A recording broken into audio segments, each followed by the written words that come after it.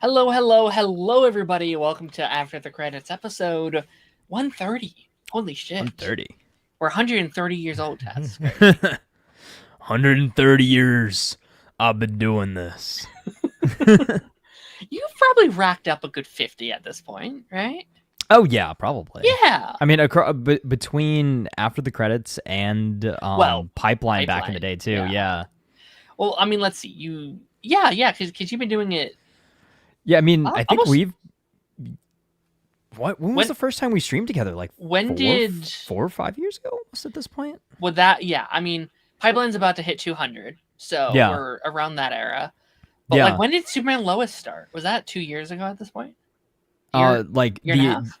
Or you mean the final season? The final season. The final season, yeah. I think that was, 24 into 25, I believe? Okay. Yeah. So, you're looking at being back with us a couple years at this point. Yeah. We're locked in now. We're not going anywhere. Loaded. Yeah. Locked and loaded, which, great. We're not going anywhere unless Darren kicks me out of here. I love it. No, absolutely. No, and you know what? Like, it's very easy to be like, things are dour and things are whatever in the industry and stuff. But like, it's a good time to be a nerd. It's a good time. We have really. Yeah, I mean, it's kind of like almost like a renaissance period. It feels like movies are back. I mean, games are kind of back, sort of. It seems like we're kind of moving in a good direction with everything, which is it's nice. It's nice to feel like we're kind of back in the glory days again. Sure. No, exciting stuff. We have a pretty big show today. We have a lot of things we want to get to, a lot of things we want to talk about. Some Avengers Doomsday stuff. I just put it in the trailer. Very, very exciting. That's going to be very fun. Avengers Doomsday. We got some D23. We're going to be talking X-Men 97. We're going to be talking about some My Adventures with Superman. We got some very fun stuff today. But Taz, how are you? How are you doing today? I'm good, man. I just got back from sailing the high seas of the Caribbean, plundering and looting to my heart's content. Finally got to play some Black Flag because there's a little story, a little background to this. So I pre-ordered the collector's edition like the moment that it went on sale, like within the first 10 minutes, so I could get it. I pre-ordered it from Amazon, and I knew by doing that people had issues with physical collector's editions from Amazon previously. Like when Resident Evil Requiem came out, people were waiting like an extra week, 2 weeks for their copy to come in. I don't know what's going on the back end with Amazon. I was like, no, it'll be fine. And then it got kind of closer to launch, and it said that it was going to come a day later. So it was supposed to come, or the game came out last Thursday. It was supposed to come in last Friday. And I was like, okay, an extra day, that's all right. Like I'll wait till the weekend. I'm not even going to have time Thursday night anyway. And then I get this notification. It's like, hey, your package has been delayed indefinitely. Would you still like to get it eventually? Maybe, possibly. Click yes or cancel your order. I was like, yes, please send me my collector's edition. And so it was kind of like a weekend of just like being in limbo. And I was like, okay, should I sign up for Ubisoft Plus to just like start playing the game, spend the $20 and like kind of rent it for a week? Or should I buy another, copy of the game and then give the code to my brother or something like that? He was like, no, I'll buy it later when it's on sale. Don't worry about it. And I was like, okay, we'll sit tight. We'll wait the weekend. I got another notification Sunday. It's like, okay, it's finally shipped. You'll get it. And then it came in today. It came in this afternoon. Got home after work, unboxed it. I felt like. Do you remember how like back, say, when you were in school, when a new game or like a new comic or a new movie, something would come out and you just like sit there all day, like so anxious and just ready to get home to open this thing up? That's how I felt with like so many different like Call of Duty games and like collector's editions, all these things back then.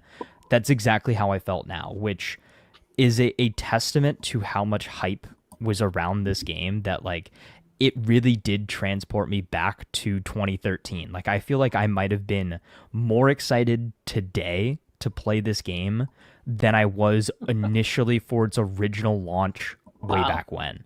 So, opened up my collector's edition, posted my picture on Instagram. I've got, all the stuff set up back there.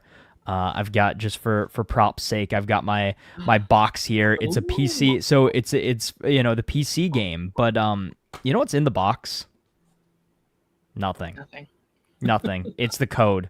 That's it. An empty That's space where the sad. disc goes. I Yeah, mean, obviously there's no discs for PC, but how tough would it sure. be to like print a fake disc and put it in the box, right? Like just put like a Yeah. for show disc.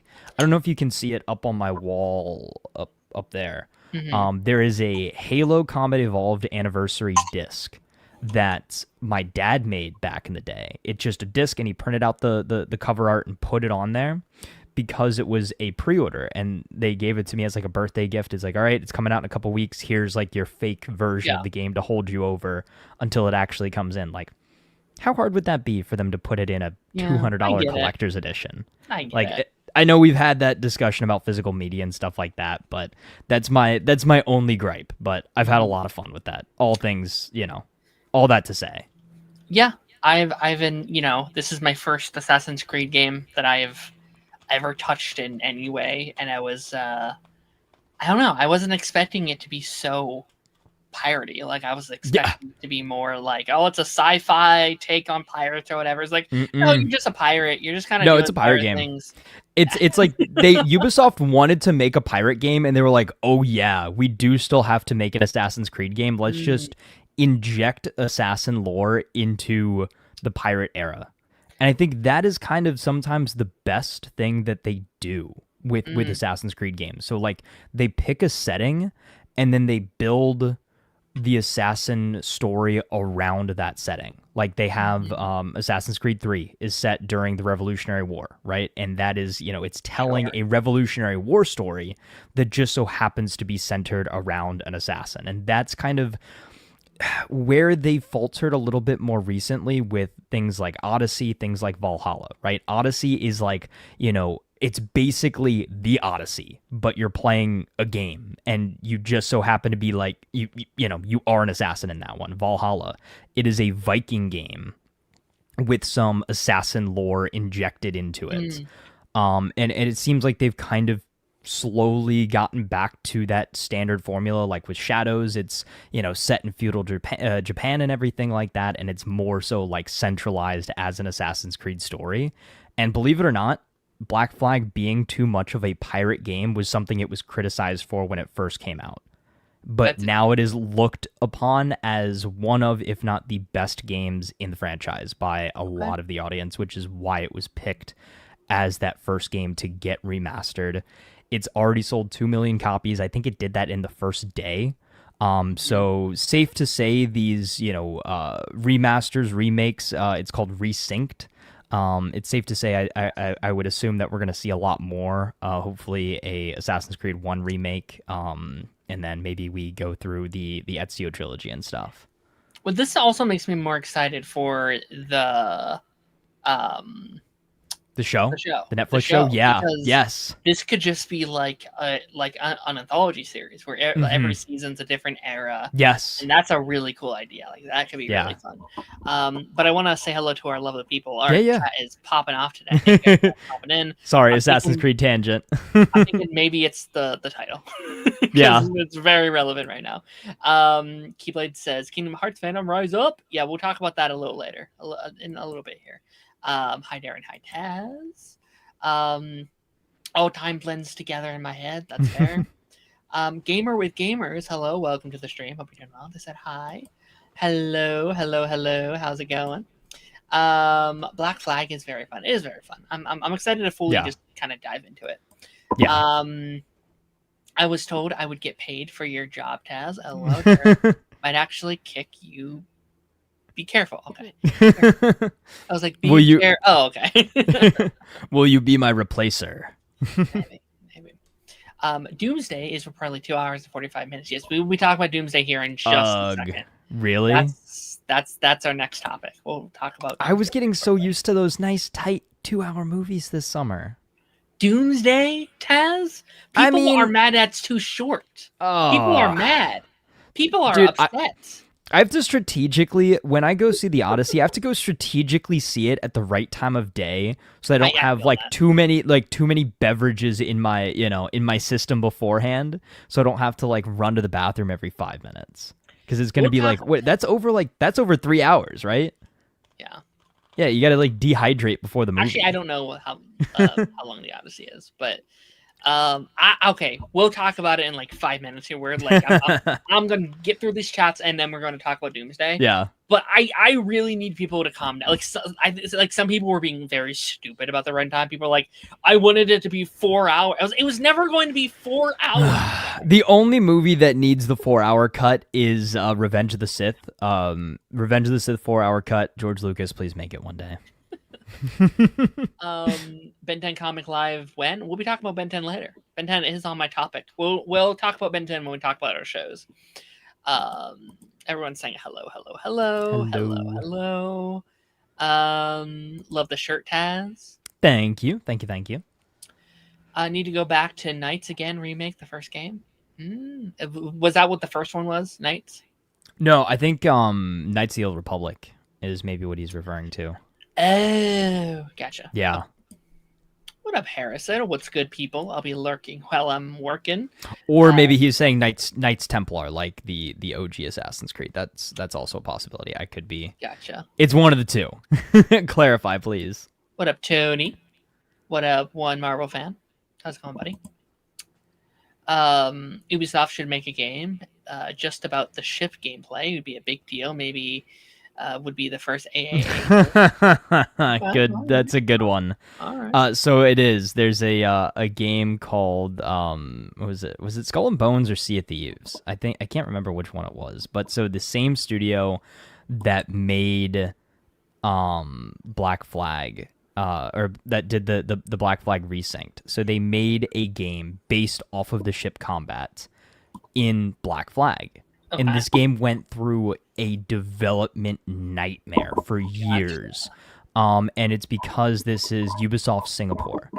And the Singaporean government basically made them come out with this game, and they poured so much money and resources and everything into making this game, and it flopped. And the Ubisoft higher-ups said that oh, there's so much going into it. It's not a AAA game. It's a quadruple A game.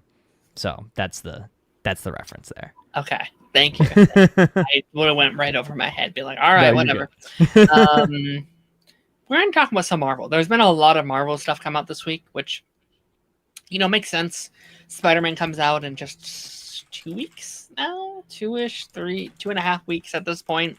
San Diego Comic-Con is obviously next week. We're prepping. Doomsday coverage is getting ready there. It's all but confirmed they're showing an Avengers Doomsday trailer at Comic-Con. Also rumored we get some X-Men stuff. We're getting some 97s airing. There's a lot of things happening at Marvel currently. We're a couple months out from Vision Quest coming out. But let's talk about the first Avengers news. It's in the thumbnail. We need to talk about it. Pretty big deal. We have a poster, concept art, not poster. Concept art by Yes. what's the guy's name? Andy Park, is that his name? Mm-hmm.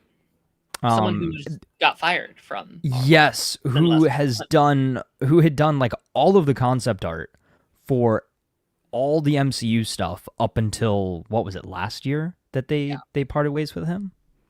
I think it was less than that. I think it was this year. It was 6 months ago or something like that.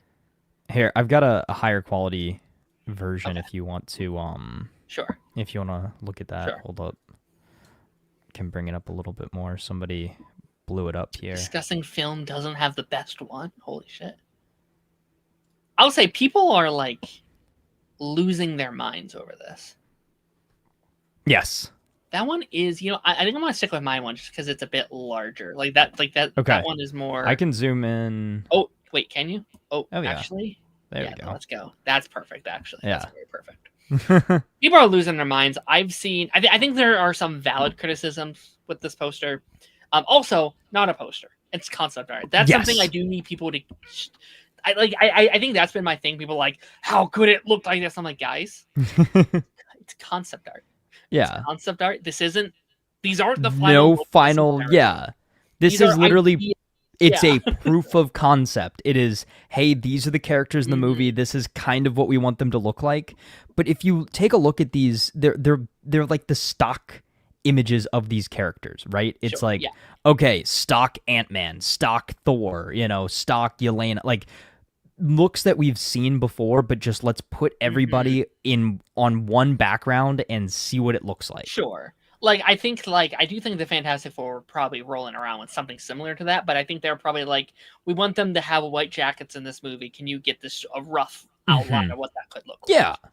Um, let's do some positives first. I mean, I really respect the dedication to keep the mask on Doom. That was a worry I had when he was first announced. I was like, Hmm. they're just going to have him be Downey the whole time. And I'll be honest, mostly the marketing for it's been good. Like we haven't seen a lot of Downey in a lot of the marketing. It's been Doom. It's been him in the mask. It's been the Yeah. red cloak, and I do commend them for that. We do have Shirtman over there, which the memes are funny. I will agree, the memes are funny, although I like it. Right. For one, it looks good in the t-shirt, right? Whatever. But Best two, like, cosplay. sure, yeah. But secondly, like, I think that's kind of the point. Like, I think they very purposely want to get across, hey guys, Sam's Captain America. Sam's Hmm. up there. He's doing his Captain America thing. He's just Steve this time. He's just Steve I Rogers. love how they let him keep Mjolnir though. Yeah, that's interesting. But it's all cracked up though. So what has happened? What happened on his journey to return the stones that has I like wonder if they forgot that they got a new one, right? Because it was cracked previously, right? With yes. Hela. So I wonder when Hmm. they're making the art, And they then just now forgot it that. yeah. Maybe Yeah. Huh.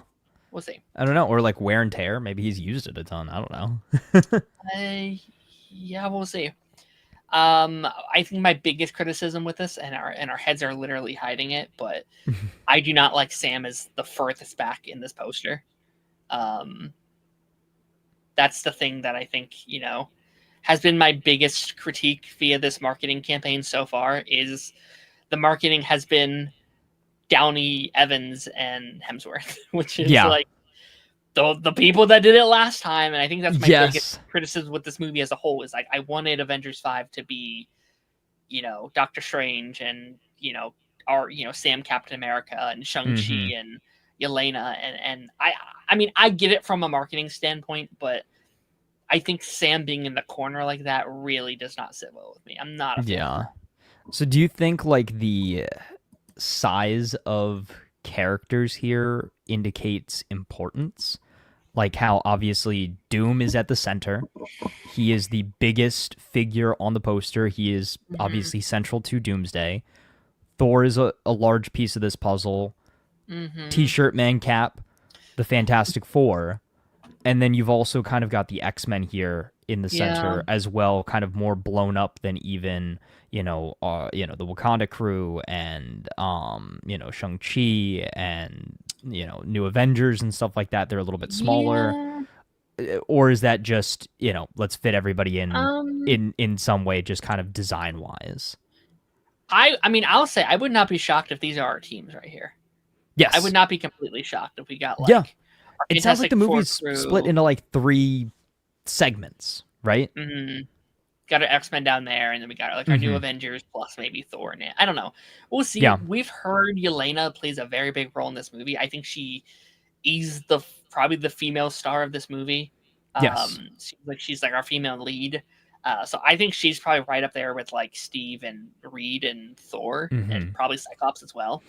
Well, But we'll and see. Loki's pretty central on Loki's in there the back. too. I didn't He's see him the like first time. I didn't notice either until Short Car mentioned Loki. I was Mhm. like, Loki, where? And I was like, oh, yeah, he Yes. is there. Okay, here's Um, here's a fun little quiz for you.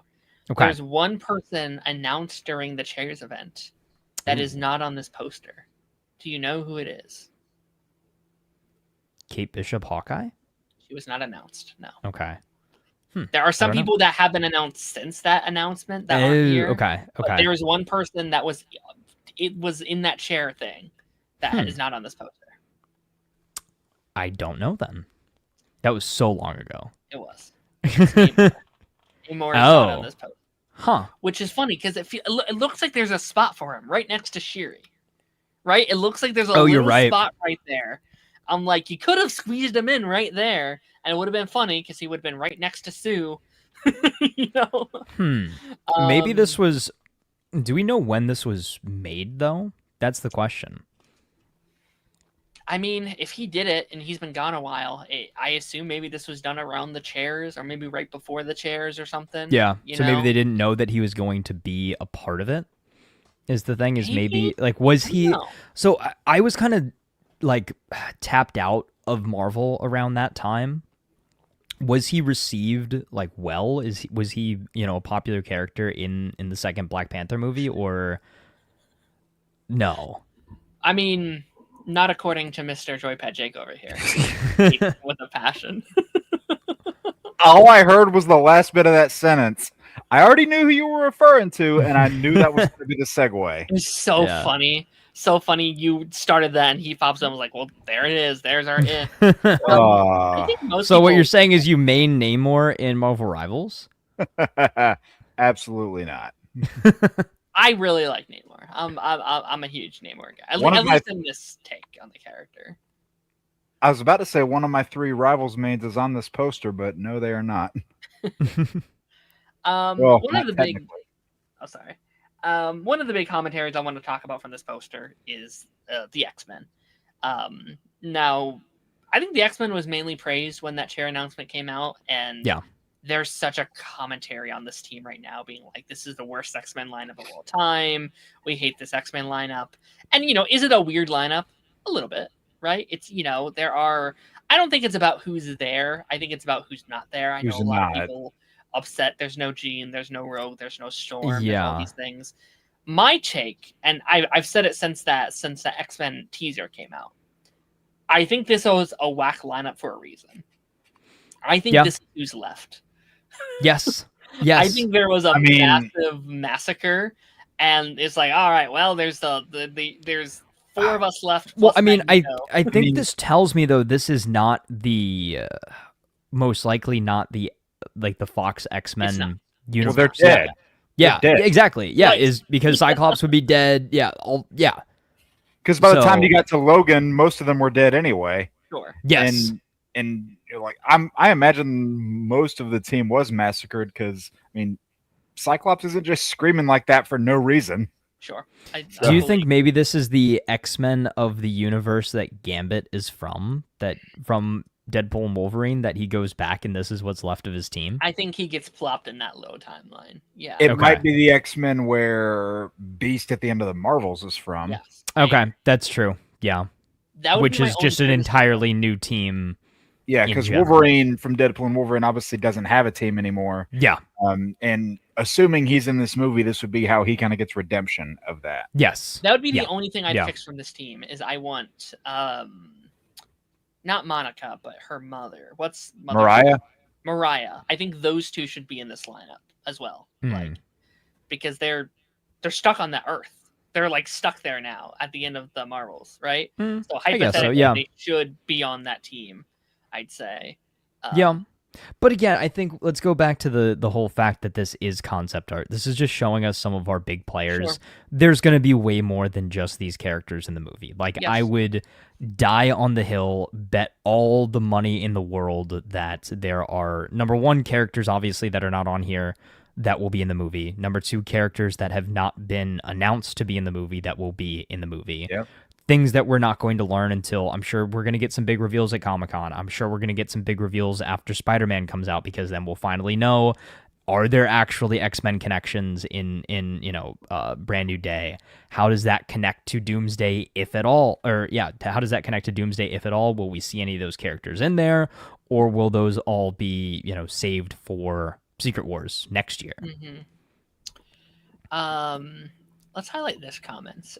Personally, I don't like how the X-Men are main characters over MCU characters like Strange, Carol, who have had stories related to the multiverse. Who says they're main characters? Who? The X-Men? Who says they're main characters? They're in the movie, but who says they're main characters? Yeah, I mean, I would say they're players. They are, important players in the movie.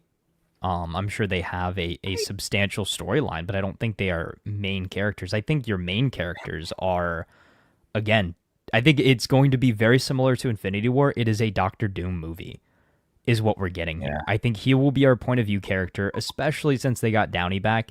He is going to have the most screen time out of anybody. Well, he's got in the this highest movie. billings, so He's got the Yeah. highest billing. Obviously, he's got the highest paycheck, so he's going to Yeah. be on screen the most out of anybody. And then I would say second most would probably be the Fantastic Four, because Doom is traditionally a Fantastic So- Four villain. So this is basically Fantastic Four 2 featuring Avengers and X-Men. So- Is what I'm going into it believing it as. So in terms of billing, if I understand correctly, it goes Downey, Evans, Yeah. Hemsworth, Mhm. Mackie, Pascal is like the top billings Yeah. for the movie. Yeah. Which I mean, speaking of Mackie on this poster, I know we're covering him up right now, but I don't kind of like how he's just up there in the back corner. Yeah. We talked about that Yeah. a little bit. Yeah, I'm not a fan of that personally. I because, would like- kind of agree, just really quickly, about the. I think they do have a prominent role. I think like they got posters, they've got teasers. 90% of the chairs stuff was it's like the X-Men stuff. I'm not saying they're higher than like Downey and Evans, right? But I think I'd say a good quarter of this movie is probably on their Earth and dealing with their stuff. I'd say they'll probably be in this movie about as much as the Guardians were in Infinity War. I think I agree with their point though. It's like in a perfect world, I would have preferred a movie before this one that was Yeah. Carol and Doctor Strange and Monica. However, I think box office speaks, and the fact that her most recent movie was not as popular, I think that is a big reason maybe why she's not as big of a player in this one. And I think with Doctor Strange and stuff, they've just got other plans for him. I still think that Doctor Strange 3 was going to be that like in between movie, or Yeah. at least in a perfect world, I feel like it should be that in between Doomsday and Secret Wars movie, because again, then you can do that further multiverse exploration. And I just don't know where that's going to go then now. I mean, really- sorry. Go ahead. Go ahead, Jake. Go ahead. I was just gonna say before everything fell apart with the whole Jonathan Majors of it all. I mean, they had a plan that they were trying to go with. You were Yes. gonna have your big players, Chadwick Boseman, Brie Larson, Cumberbatch, maybe Tom Holland, and then, what happens? Chadwick Boseman passes away. A bunch of incels don't shut up about Brie Larson. You had the strikes. Jonathan Majors getting fired. It was just one pile of shit after the next that they were just kind of getting dealt. And after so many, they're like, okay, well, Marvel essentially said, oh, well, we have to pivot. Like, we got to do something to get them back. And, they took the big swing announcing Downey at the Comic-Con in 24. Then you fast forward into March of 25, give or take, where you do your chair announcement. And despite everybody online saying, oh, this is just nostalgia fest, this is more stuff we've seen before, it's the hate train for nostalgia that everybody likes to hate on, everyone that's saying those comments is still going to go see the movie, so they're going to get it money no matter what. If nothing else, just so they can already go into it with a preconceived mindset saying, see, look, I was right, it is just nostalgia. They're going to still say that anyway, regardless of what their actual opinion on the movie is, but it's still going to make the movie money. Well, I mean, I think it's also one of those things. It's like the same people saying that are the same people that went into Doctor Strange being like, where's the cameos? Where's Deadpool? Where's all this stuff? It's and like, then complain when Deadpool comes around and you get cameo after cameo. Yeah. It's like, what up, Ronan? which way? Everybody? Ronan, what's up? It would be such an interesting alternate universe to see what the state of Marvel would look like if we continued down the Kang Dynasty route versus the Doomsday Secret Wars routes. Not saying that it would have been better, would have been worse. It just interesting. Like I hope one day that would be such a interesting like documentary or something of like the canceled the canceled Infinity War and Endgame sequel that we never saw, basically. Just like Well, Secret not Wars was even- already going to be a follow up before Kang Yeah, Dynasty got it was. retooled into Doomsday, so that was Yeah. already a plan from the get go. Right. Well, yes, Yeah. yes. But it was just going to be a different method of getting to Secret Wars. And not even just that, like everything Jake just said, I would have loved to have seen. Like Mhm. no problems in any sort of the way. They get to tell Yeah. the exact story they want to. Ken Feige doesn't get stretched thin. All the projects go the way they want it to. You know, you don't Yeah. have majors, you don't have COVID, you don't have writer strike. Like I would Yeah, have it's- loved like same goes for the Arrowverse, where I'm like, I would kill to see what they were cooking up before COVID just kind of kicked them in nuts. It's crazy, you know, if only Marvel had some sort of like animated show that could show you like what would happen if the timeline was a little different. That'd be funny.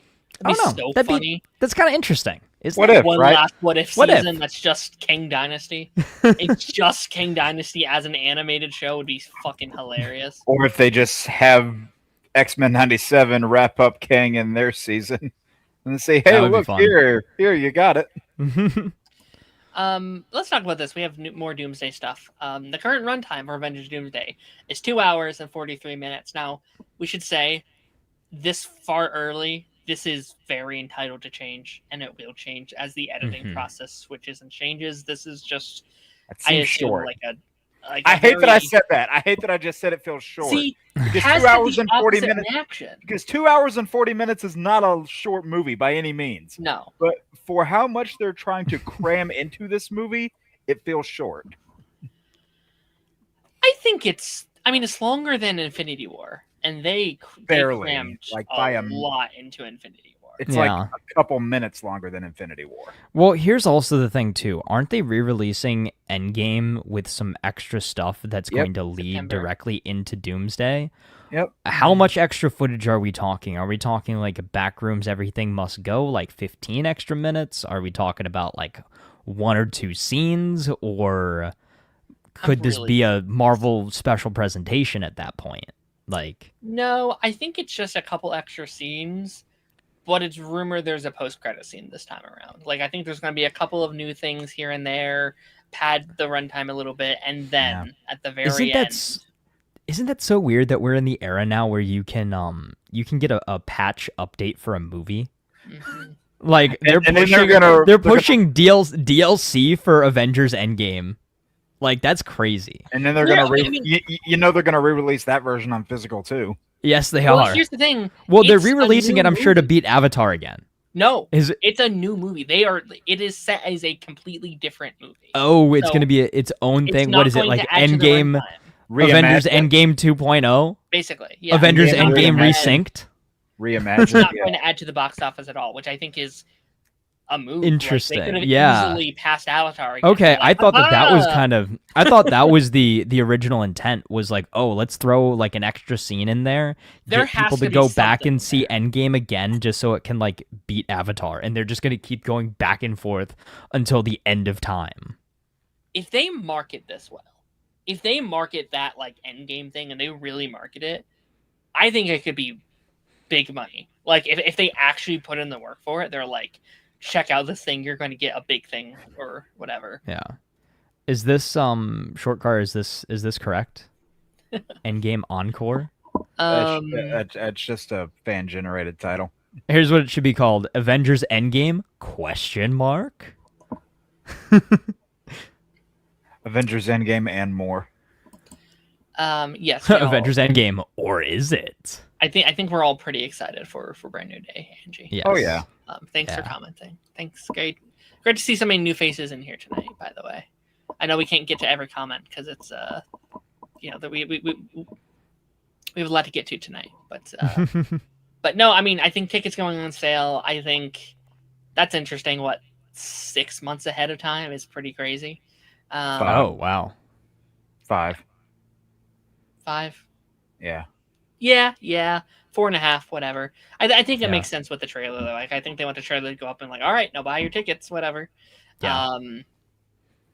So I think this is a decent runtime. Could it be maybe a little longer? Sure, but Yeah, I felt so weird whenever I saw the runtime for this because I've always been in kind of the mindset that movie runtimes are being really bloated.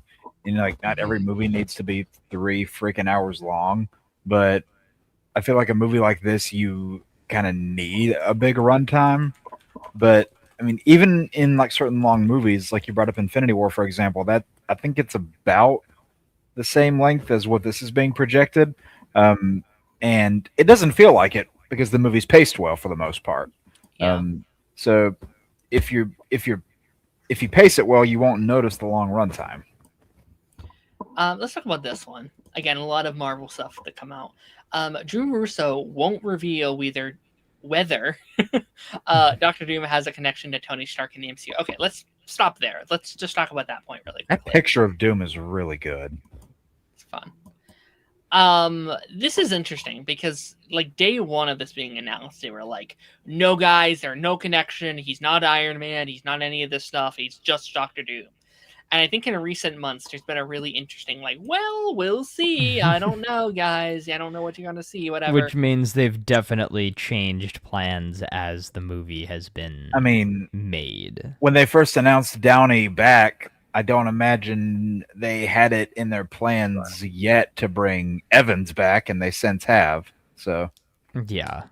It was most likely like, oh, well, hey, if Downey's coming back, that means that there's more. That means there's enough money to go around. So good luck getting Scarlett Johansson back. It will all make sense when you watch the movie. We are back to phase 0. This is starting over from scratch. We want to make sure everyone feels like we're not leaning on anything from the past. That part's important. This is code for, hey, you don't have to watch phase 4.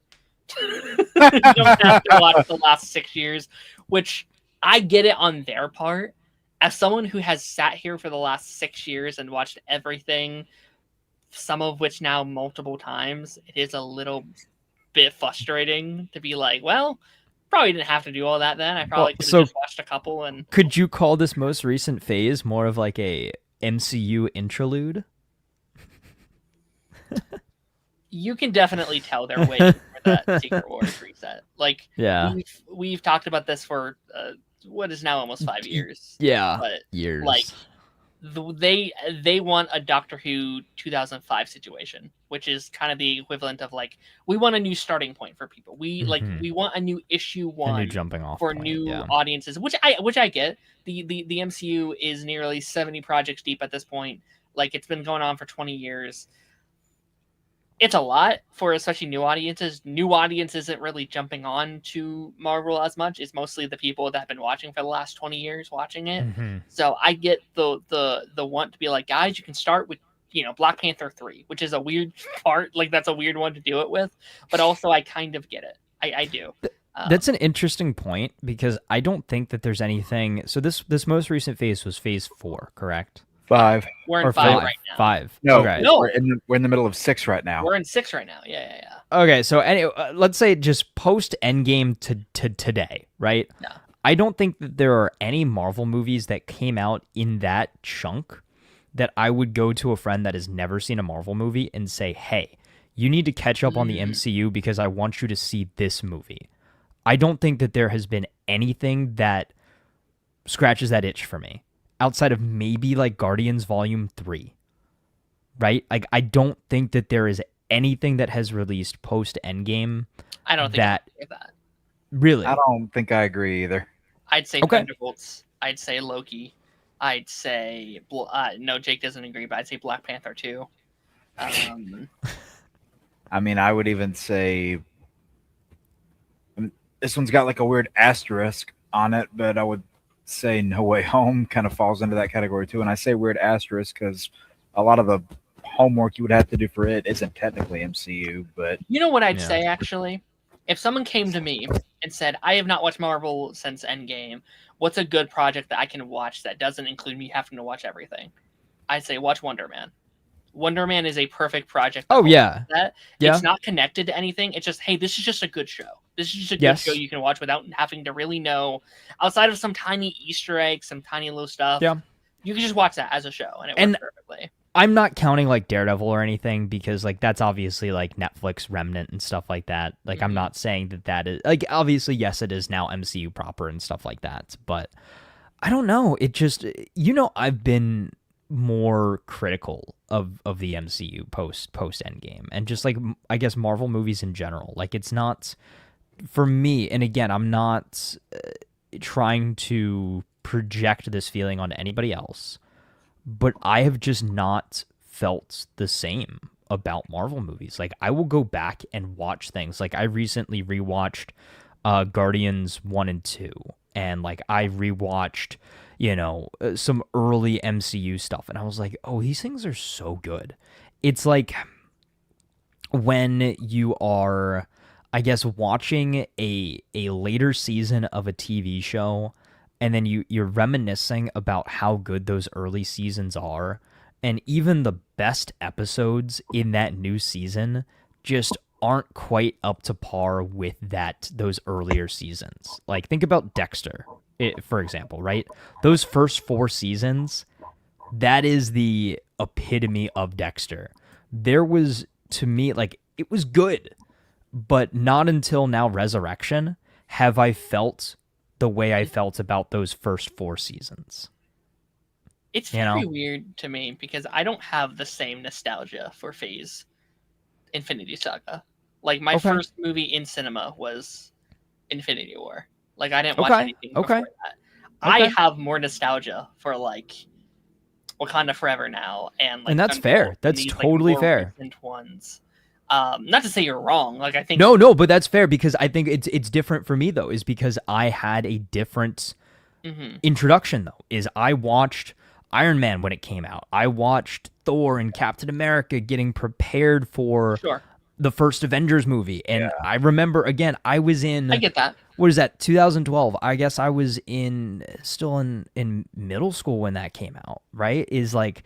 Yeah. Sitting in class all day wearing my little Avengers t-shirt, telling all my friends, "Oh, I'm going to go see Avengers after school," right? And just thinking like just looking forward to it and being so just unbelievably excited that like, "Oh my gosh, all of these movies that I watched are then going to combine into a single movie." Like this is crazy. That was something that had never been heard of at that point, right? And then all of that then just expanding even further with shows, more movies, sequels, trilogies, then leading up to Infinity War and Endgame. Like, and again, I know that that's kind of like the cop-out answer for a lot of people to be like, yeah, the MCU died after Endgame. I don't think it died, but I just severely lost interest. And I think too is this might be a hot take, but I am not like over the moon excited for Doomsday. Like I'm excited, I'll watch it, I want to see it, I'm looking forward to it,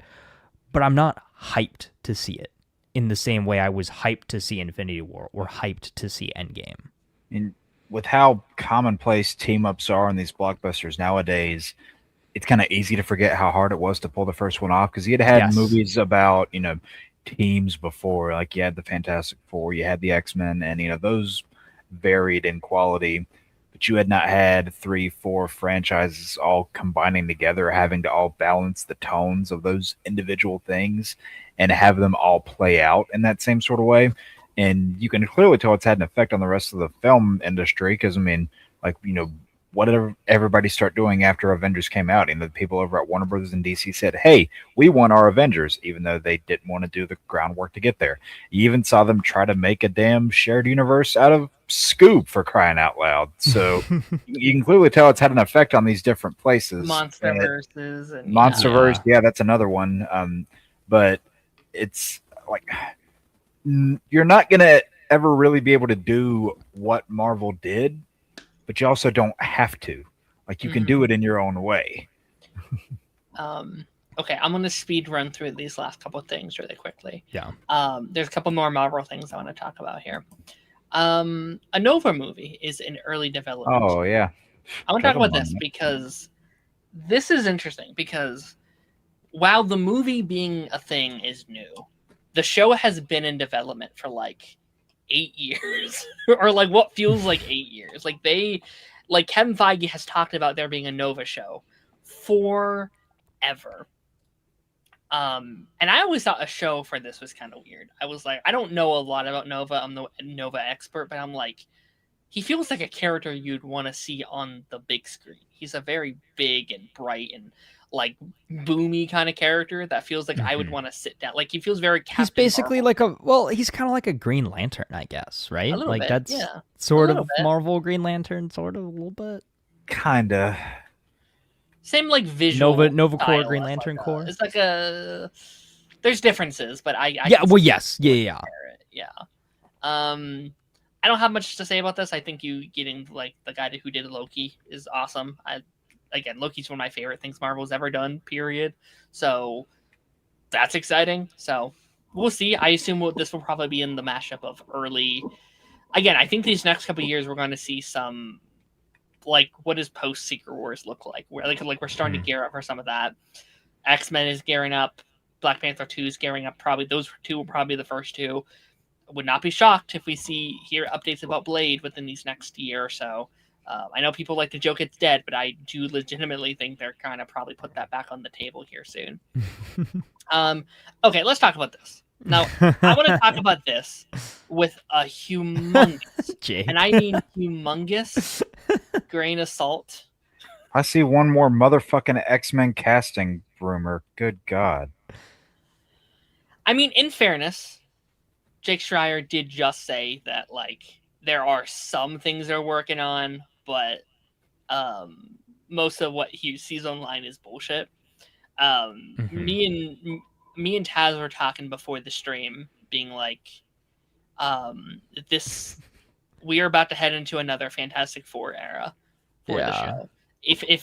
If you guys were here early pipeline, every single goddamn week we're on the show being like, all right, well, there's a new Mr. Fantastic casting, guys. Yeah. Is it Adam Driver? Is it the guy from You? Is it, you know, I was gonna say, you remember when Penn Badgley was being thrown around there? Yeah. Everyone is talking about this. Everyone's freaking out about this as if it's real. Let's just play pretend. Let's just have fun for a second and pretend this was just announced. How would we feel? I'd be like, oh, so they're going for like real young, like X-Men and co. Like, I mean, Adam Driver's not like young, but he's like way younger than I would skew for Magneto. I would say I would cast like 50s, 60s for Magneto. I feel like. I wouldn't say that. You want No. somebody that's going to be able to play the role for a while. Yeah. Yeah. I mean, Ian McKellen is still doing it 26 years later. And he's in his mid-80s. Yeah. You want someone that can Which look means a he was little in older, his I think. which means he was around the 50s, 60s when he was first cast then. That's fair. I also think I've said it for a while, like one of the big points for people is like how are they going to deal with his age? And my solution has been just make it he doesn't look his age. Like, yeah, it's just like something with the electromagnetic field he generates around him. He just doesn't age as much because like, the world doesn't have as much of a, an impact on him or something. I don't know. Cast someone in their like 30s, maybe 40s that can, just look like that for a while. They don't even have to make up a reason because, I mean, like, Evolution already came up with a reason as to why Magneto ages a lot slower. So, like, you could just borrow that same logic. Sure. Here's my thing, too. If we're going to stay with, like, a younger Magneto, keep Michael Fassbender. Like, no. You got to start fresh. I don't know. I really like... I mean, I do, too, but you have to start fresh. Well, how much are we starting fresh? I mean, I know, yes, we're bringing back... Complete fresh. Everyone knew. Everyone knew. Don't make the mistake DC is doing right now where they keep half the stuff and get rid of the other half. I mean, are we going to get rid of Channing Tatum Gambit after Secret Wars? Probably. So. Yeah. The only one of like the X-Men crowd, like the only two in that crowd that I would say have a chance of carrying over are Ryan Reynolds and Daphne Keane. I think we keep Ryan. I think Deadpool kind of works with that though. Like I think he pops over. Like I don't recognize any of these guys. What the hell? Like I think that works very easily. There's some exceptions that could be like, okay, maybe. Like, I'd be okay if you bring over fuck, what's her name? Anya Taylor-Joy's Magic, and just Oh. like pretend New Mutants never happened, and you just keep the actor. Be like, Could all we? right, whatever. Well, I mean, Yeah, here's just the like, thing, though. It's the easiest explanation, obviously, is multiverse. Is like, okay, some people are going to look the same, some people aren't. Like, that's it at the end of the day. I think for like the big players though, you need new. Like, I think Magneto needs a new, fresh face. Wolverine, Xavier, Cyclops, Jean, Beast. Like, I think those guys need to be all fresh, all new. Okay. All Personally. new, all different. I was about to say. God, Yeah. that was a terrible run. I'm gonna call bullshit on this, but I mean, but like hypothetically, or I'm sorry, Jake. Comic-Con is next week. Is there a chance? Is there a chance that they go up on stage and we're like, all right, Doomsday was great. Oh, by the way, you want to see a couple faces? Is there any world? And then Kevin Feige steps on stage and says, "To me, my X-Men." You're saying for the new X-Men? Yeah. No. Yeah, it's No? too early. It's way too early. I They're don't not. think They're not gonna do what they did with Blade and announce a casting before the movie's even written. They learned the mistake with that. They're not. How do we know it's not written though? When did they announce the Fantastic Four cast?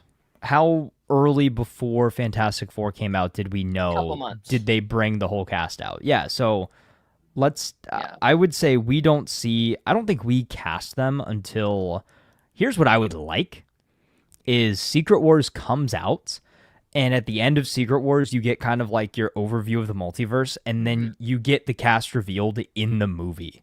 Like, leave some stuff up to just show us, don't tell us. You know what I mean? I'm just curious though, because I think they want to get working on that movie. Like, I think they'll probably be filming the X-Men movie while they're filming Secret Wars. And so you would want to get the cast before they start filming. I'm not saying that's what they're going to do. I'm just saying I'm curious how far along they are on the writing process. I feel like if they're going to promote anything upcoming of this that's not Doomsday, it's going to be Secret Wars. That's also true because they're supposed to be filming.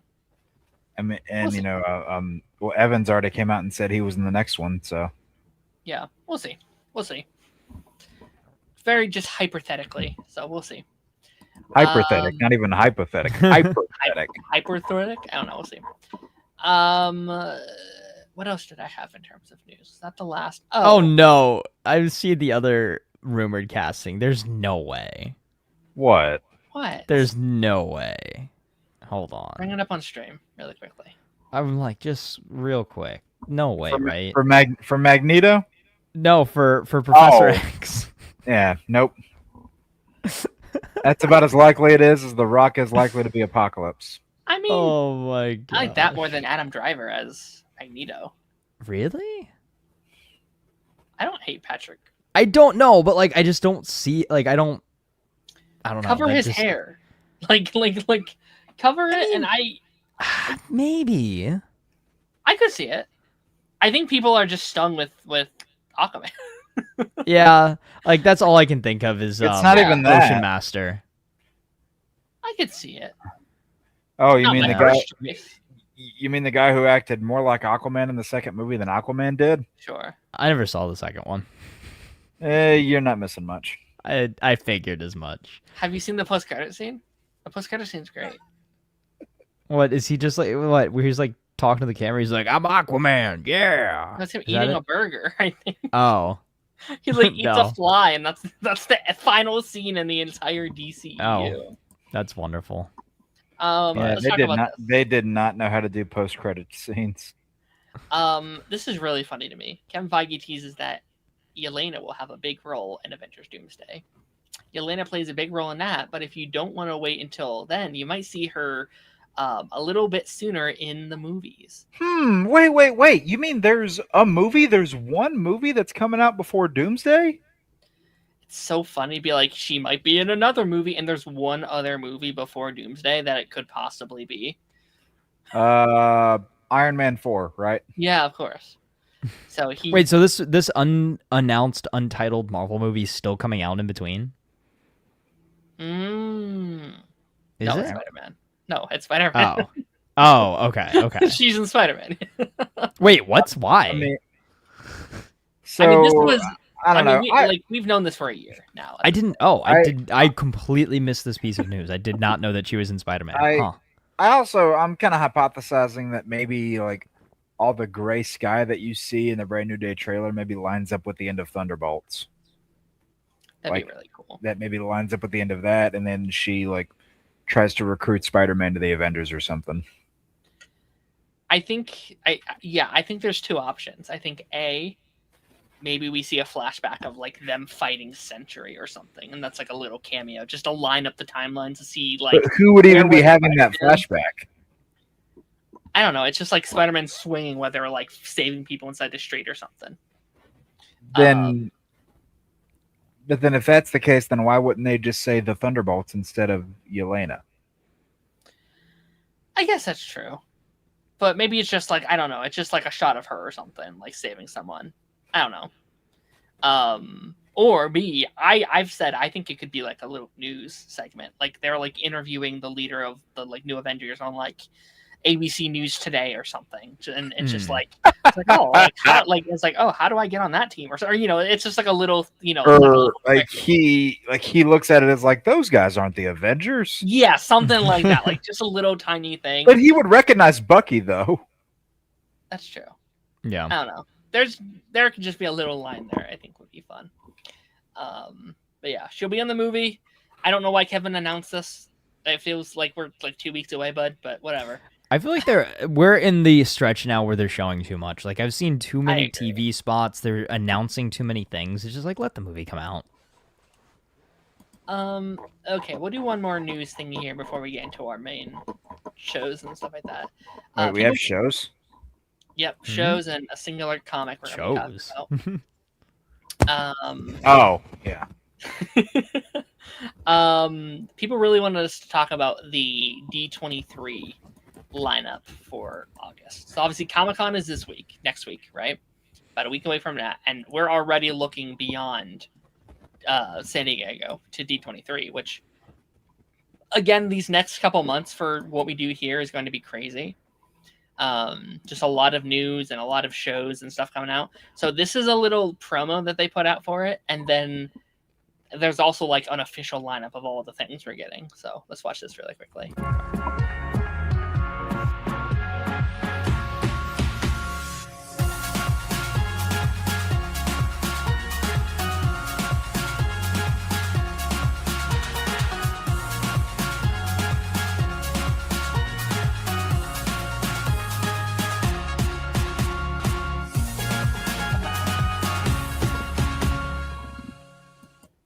So let me just go back really quickly because there's a lot here that like I think these panel themselves are probably like, you know, I don't think we're getting like an enchanted announcement or something like that. Like I don't think that's what they're doing.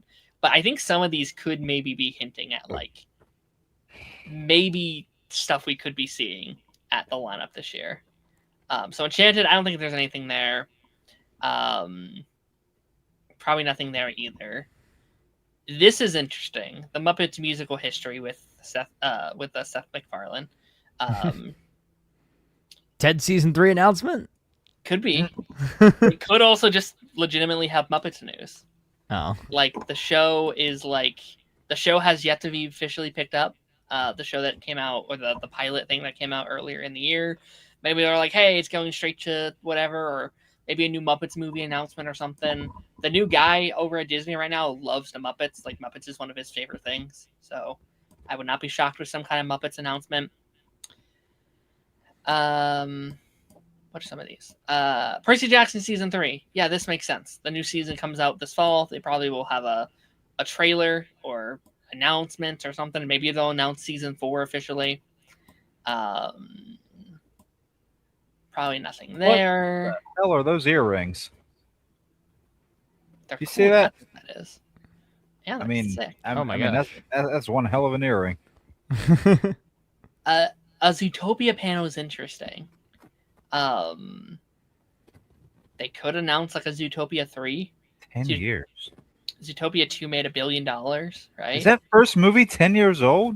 2016. Jeez, we're getting old. 2016. It's Ugh. up there.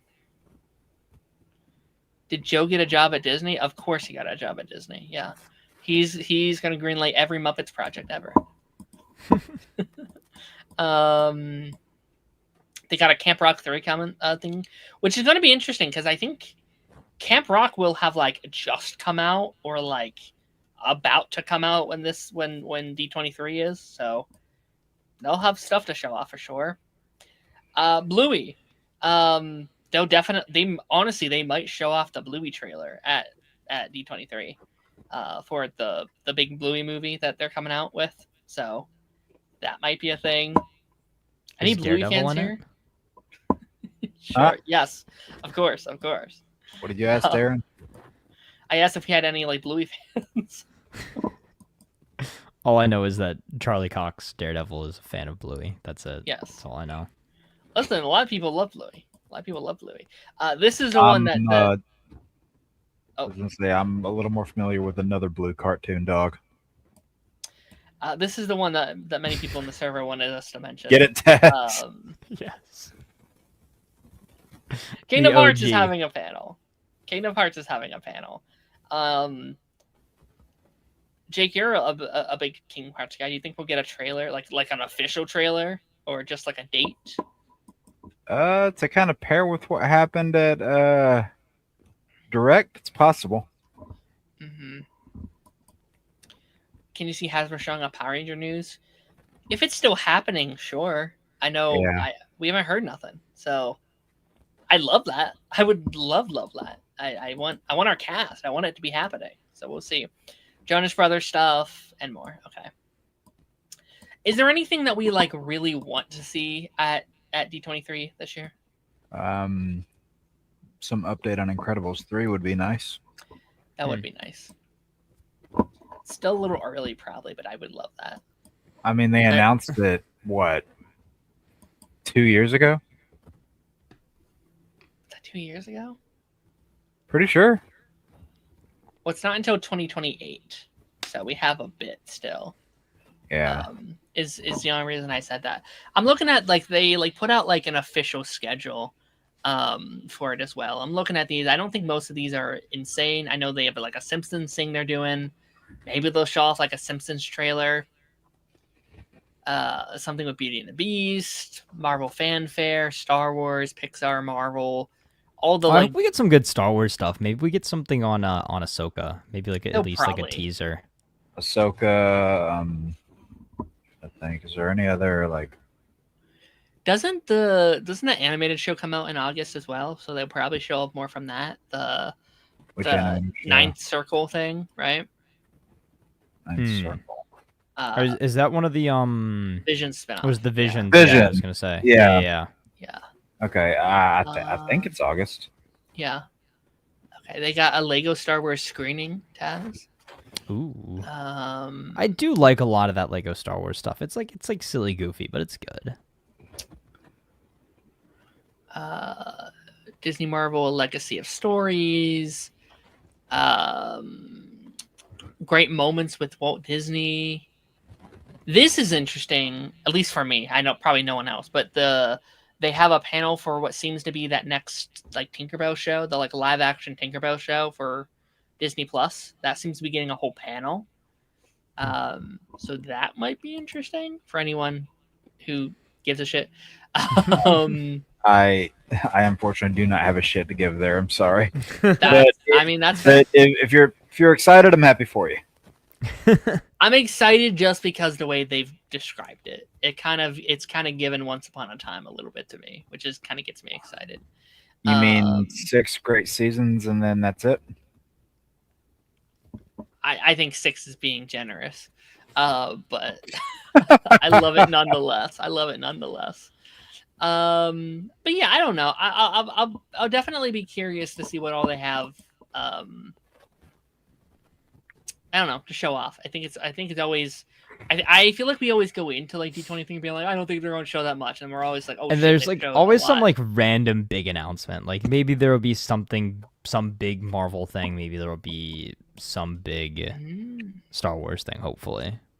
Have they filmed Oswald, Cody? The hell is Is that? that filmed? The like Oswald the Lucky Rabbit show with John Favreau. Oh, you first thought of when I saw that name, I thought of that cartoon from like 20 years ago that had the blue octopus in it. No, this is like supposedly it's supposed to start like a new Disney cinematic universe or something, and it starts with Oswald or whatever. It's like a live action hybrid show. It has its finished, really.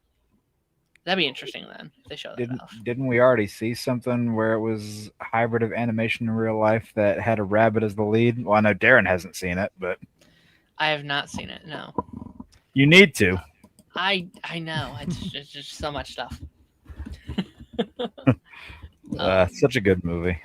Okay, we're gonna stop yapping on news and stuff and actually get into the main meats and potatoes of our stream here.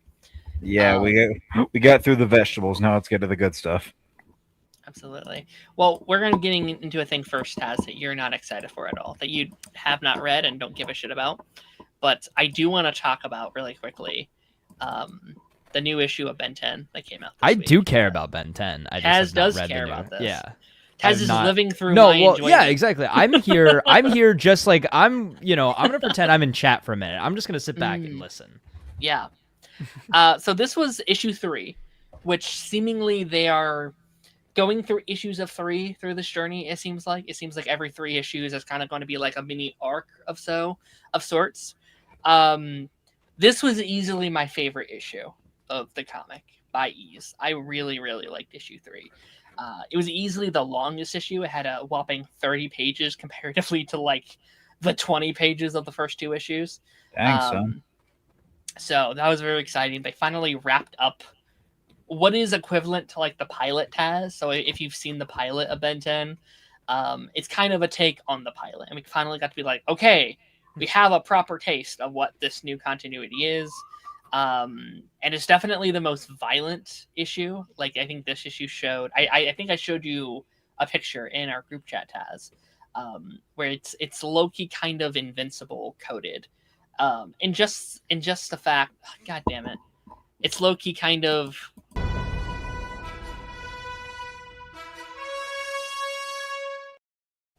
You did that on purpose. I didn't. I said it. I was like, god damn it! Now I have to. That's good. But I don't know. Good. Like it's not held back by any restrictions. Like they could be like, oh yeah, Grandpa Max can swear, and we can rip off people's limbs, and we can have just as much blood and gore as they really want. Do I need to watch Ben 10?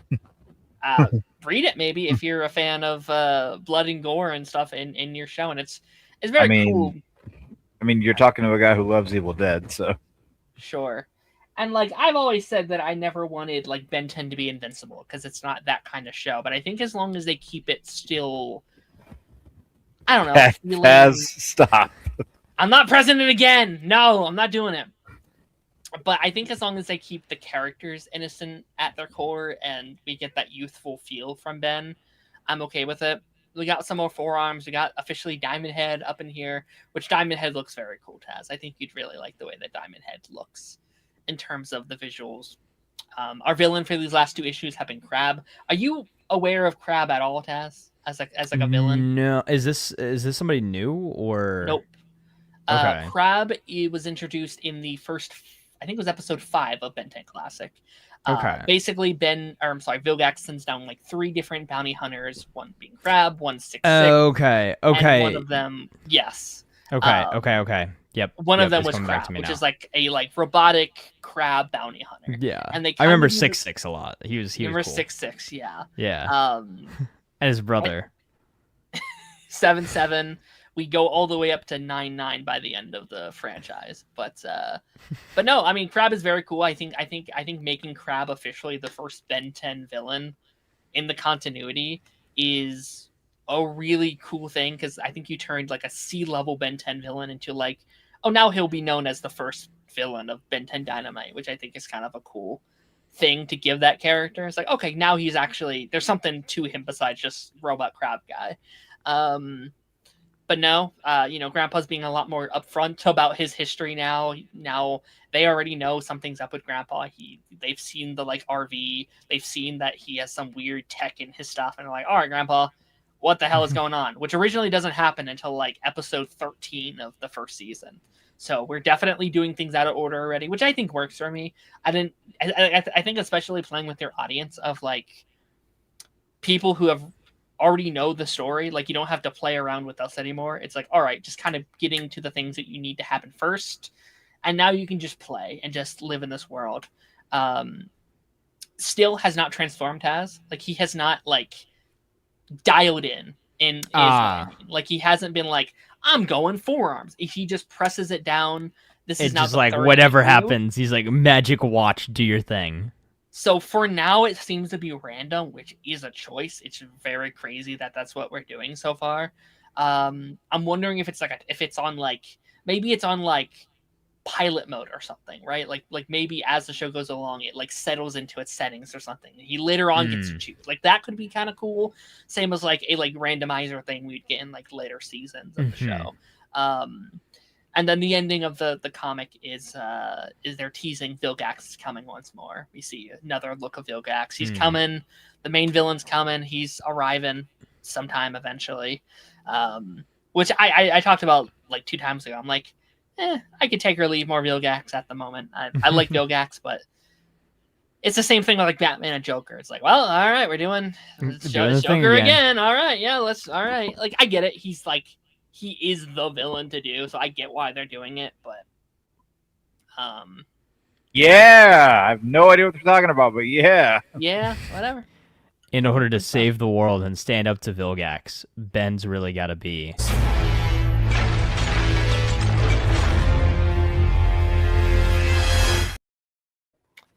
That was uncalled for.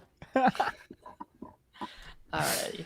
Let's get into some shows that you guys all want to talk about. Let's start with My Adventures with Superman. Episode 5. My Adventures with Superman. This was a big one. The Death of Superman.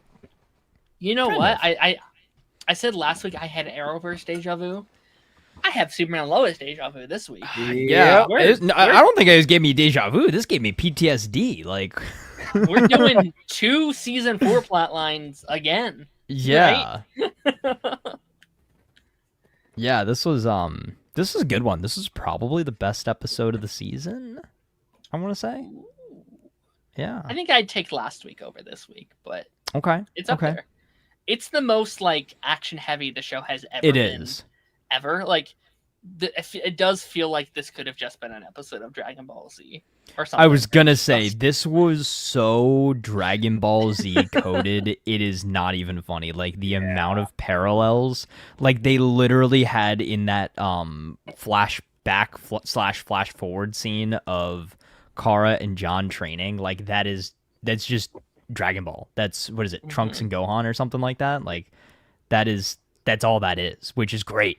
And I love to see that anime inspiration in here, because we talk about it a lot, with the art style and everything like that, a lot of the facial expressions and things like that, but they are wholeheartedly, if there was any question whether or not they took inspiration from Dragon Ball when making this show or making this season specifically, all those questions were answered this week. Mm-hmm. Yeah, I'd say we were both right about our superhero predictions last week.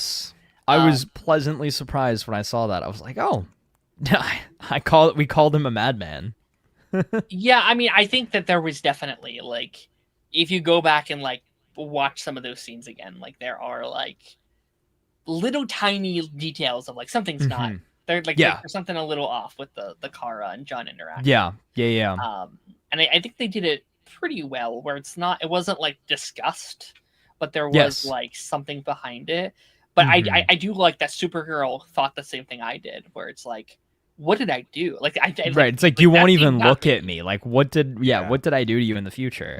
So That scene got me like a little emotional. It's like what could I have done so badly that you won't even fight upon me as family, like fight with me and fight again, you know, like I was like, oh man, like Kara's not someone that knows emotion, and so this is the first time that someone within this family that she's now, you And I know, gotta say, birthed into has rejected her, or like felt like they have rejected her. And I really liked that scene a lot. I thought it was great. I like the whole notion too of the cyborg Superman in this. Like his whole motivation is essentially like blaming Superman for like taking away his world, and then like like him going against Superman at that point is kind of all he has left of that world. I thought that was actually really deep and a lot more layers than what cyborg Superman is typically given. I'll say that. yeah. They kind of just made him Lex a little bit, right? Like I feel like the motivations you often see in Lex, I'm like, he kind of feels a little bit more Lex to me than Lex has felt in this series. They basically gave him Lex's motivations, but again, like kind of like obviously like a reverse Superman I think as far it's as the power set goes. It also too, it was very yes, anime like, but the fight scenes and stuff did also kind of remind me a little bit of something else, and you're gonna hate me when I say this. But it did kind of remind me of like Omni-Man versus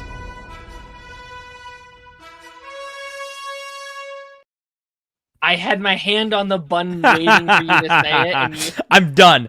Cut like turn that button Please off are for the no- rest of the stream. I'm can't go like more than 3 my hands are up. I'm not hitting it anymore, but You guys- like, especially when He's he never said coming back again. He's like, I'm didn't done. he say didn't Cyborg Superman say he was like, this isn't your world? I was like, Omni-Man? Hello?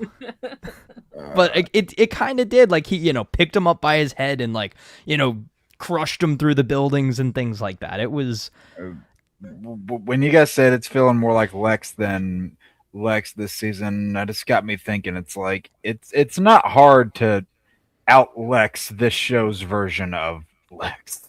Yeah. yes. Like He pissing me off again this week. like Yeah. this is probably one of the up down there was one of the worst Lex Luthor adaptations I've seen. I'm really not liking it. And I'm waiting, like I'm hoping maybe, I don't know, like we see future Lex, which is definitely more Lex than like what we currently have. I mean, you know what future Lex was looking like? Don't. No, I mean, hold on. I gotta open up this image. I thought there was about to be another damn. No. I'm cutting him off. No, I'm done. Trust me, I'm not gonna hit it again. But more Dragon Ball Omni-Man. comparisons. No, like bro looked like Frieza, like at the end, didn't he? Like he kind of did. I didn't even realize that, but yeah, I guess. I think I just need to watch Dragon Ball. I've never seen Dragon Ball. What? Well, okay, I've seen the original. I've seen a little bit of the original Dragon Ball, the first one. And you've seen none of Z? I watched a movie once thinking it was Dragon Ball, and I was like, what the hell is it? They're all grown-ups. What the hell? Please don't tell me it was that live action movie. No, it was like an animated movie, and like my mom was there. She's like, well, I don't think you should be watching this. I was like, I don't know, 10. I was like, all right, I'm watching this then. You sure you weren't watching Ben 10 randomly? No, my grandma bought me a DVD thinking it was Bakugan, and it was not Bakugan. Oh, I was like, that's all right, that's a very stark contrast. Bakugan versus Dragon Ball. Is that those little like spears that you throw out onto the ground and on the they, magnetic like, card and on it your pops robot? up? Yeah. One of the greatest shows of Yeah, all that time. I was, love Bakugan. I love and Bakugan. there was a Also, PS2 game, a Bakugan PS2 game Yes. that was so good. Oh, The and I remember first getting one? it for my and I remember getting it for my So DS good. as well. I think, and it came with a Bakugan in the little package. Oh, it was so good. When did that come out? Bakugan, like Oh, 2005 boy. or 6. It is fully like my generation. No, I think it's a little later, like 2009, 2008 or 9. 2007. Okay. Bakugan yeah, originally it's launched as a fully- toy line and anime series. Yeah, so the toys in the show came it's out very at the same time. Gen Z. It's very like everyone my age was obsessed with. I Bakugan. loved Bakugan. Dude, I had these like Did you have the like the plastic cases where you could like put all your Bakugan? Yeah, I've had got like them. At least 100 Bakugan. I don't know where they. I think they're in my Damn. closet somewhere. Or no, I think they're in the basement actually. But again, like equate that to like Pokemon, Jake. Like imagine. Yeah, Like, no, I was just. yeah, thinking it's that. basically like I was like, I can't talk. I got way too many of those damn collector. Like, cards. it was I was gonna 10 say no years of offense, me but it's like collecting. Pokemon cards, but cooler because they actually do things. Yeah, you can roll the. I don't know. I mean, you I don't can't know. like. I mean, I think these are cooler than Pokemon cards, but Yeah, yeah. same thing. Yeah. don't ask why I just had those in my desk at arm's reach. I wish I still had my old Bakugan. I Wait, got you don't rid of have them anymore? I got rid of them for some reason. Oh I was like, no! yeah, We just- could have just done a get rid of 'em. Bakugan. We could have done a Bakugan stream and just like shown off all of our entire Bakugan collection. They're making like a live action movie for it, and Are they? I'm nervous for what that's going to be. I'm concerned. I don't know how I feel about that, but Get the what is it? One Piece is good apparently, right? Get the One Piece people working on it. yeah, maybe. I'm Maybe. glad you guys are having fun with that. Sorry. I'm sorry. Tangent. We completely tangented. I don't know That's a jack clip, shit about guys. that. All right, we'll just clip that out and Yeah. I just don't know jack shit about that. We'll get you into it, Jake. Yeah. Don't worry. Join the dark side. But no, like I think this is like one of those episodes where it's like, I guess there's not like a lot to like talk about per se because it's like 90. It is just one big fight action. scene. Yeah, Yeah. sure. It's just like, well, that fight scene was cool, and I don't know, like there was a point I paused the episode halfway through, and I'm like, there are 4 Kryptonians Mhm. in one fight scene, Dragon Ball Z style, and no one's watching this show, or like not enough people are watching this show. I was like, Yeah, I was people are like, just this is missing out. insanely cool, and we've not seen anything like this ever. Like, I wish this was getting the same kind of praise that X-Men's getting. Yeah. I agree. I mean, even X-Men, I think, is pretty like underserved by like the general audience. Like, Mhm. I There's think we that talked too, about this yeah. last week. I'm like, animation. I'll be honest. I think Was- I'm way more invested in the animated universes right now than I am the mainline stuff. Because I mean, Like, there's so much freedom. You would never get this in a live Yeah. action. You couldn't.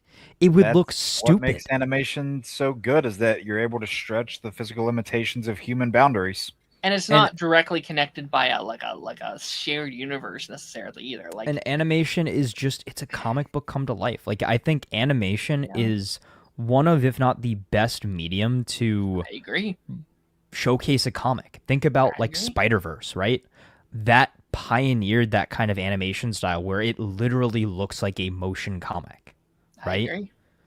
I want more like theatrically released Yes. animated superhero movies. Like, I mean, the want... DC animated universe with what was it? With like the Justice League films and stuff that Yeah. led with Dark Flashpoint. Apocalypse War and Flashpoint. Like Mhm. that was some of the best DC stuff. Still some of the best DC stuff outside of like Arrowverse and things like that. Because Some of the best DC stuff. There was yes, some like there was some some were dead not stuff. as good. Yes, but I think would that take again, it like the- stuff that we could have never seen Yeah, if it was not in an animated movie. I mean, agreed. Yeah. say what you want about Tomorrowverse, but we got War World. We got, Crisis. We got a full 3-part Yeah. Crisis event. Like, I don't think yes. that Warworld movie's anything to brag about, Taz. well, no, I mean, yeah, was it the best? No, but But- like, But also, like that, the way they adapted Flashpoint back in like 2011, 2012, whenever they did it, they adapted that story so good that I think it just tainted me on all future versions. Like, yeah. like Well, I mean, knew, that is- like I knew the show would never live up to it, even though the movie had the budget to. I know they would never live up to it. And I mean, in a lot of argue people's was- mind, it's more definitive than the actual comic now. As far as I- like, that's what I would say.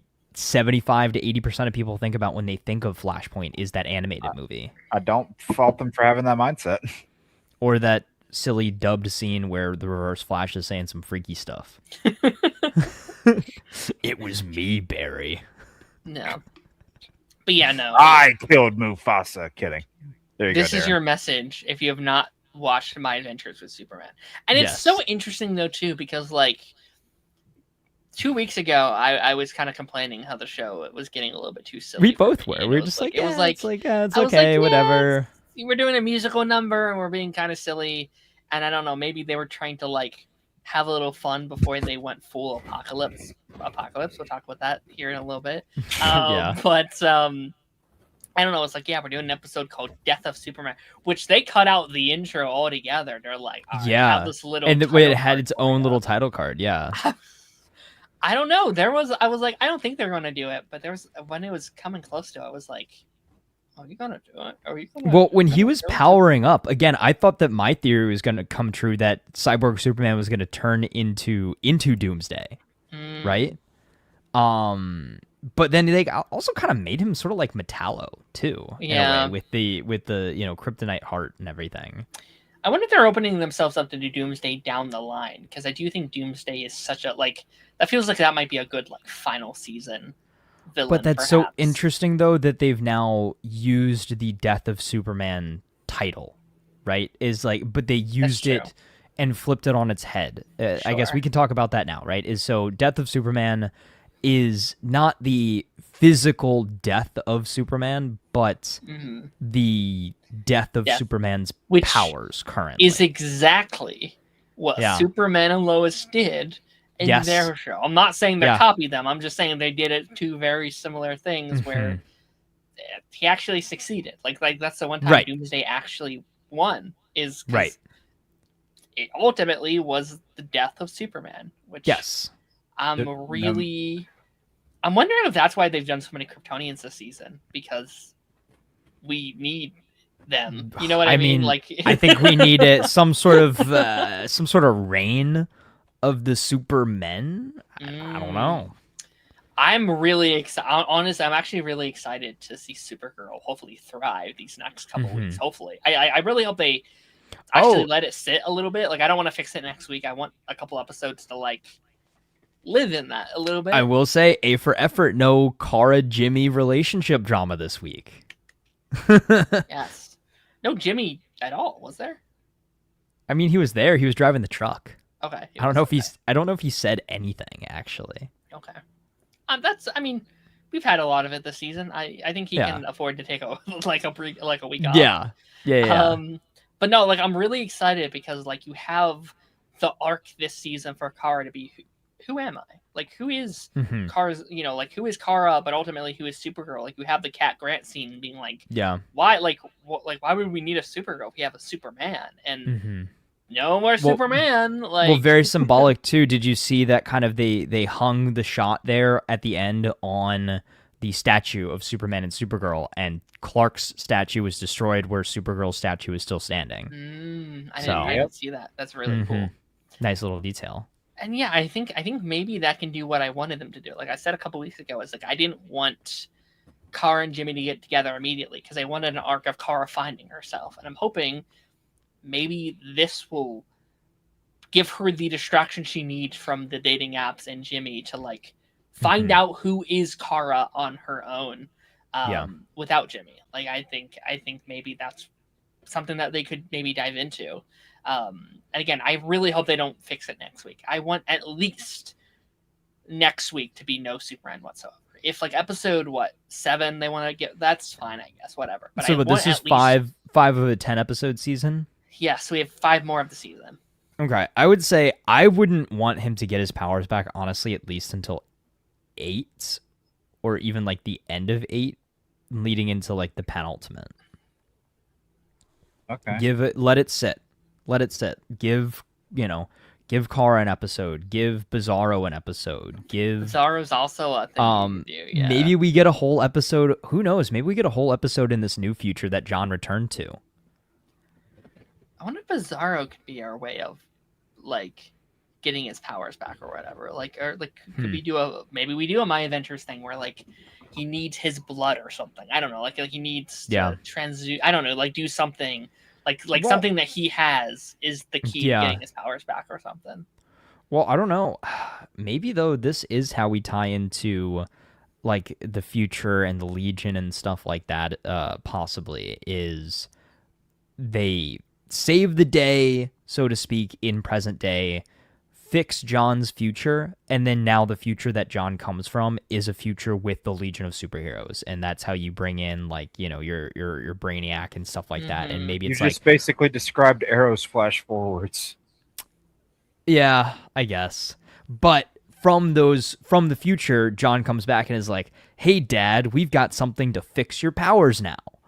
Come to the future and see what's up." That'd be a really fun arc. I would really like. And then maybe we get future stuff next season. I would like a. Yeah, I'd actually love a whole season in the future. Like that'd be really sick. Yeah. Yeah.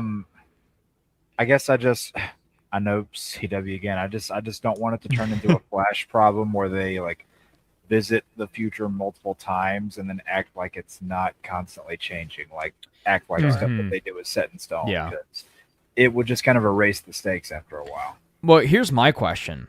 Does the John in the future now remember what he did in present day? And does he remember the differences between this dystopian future and the previous dystopian future?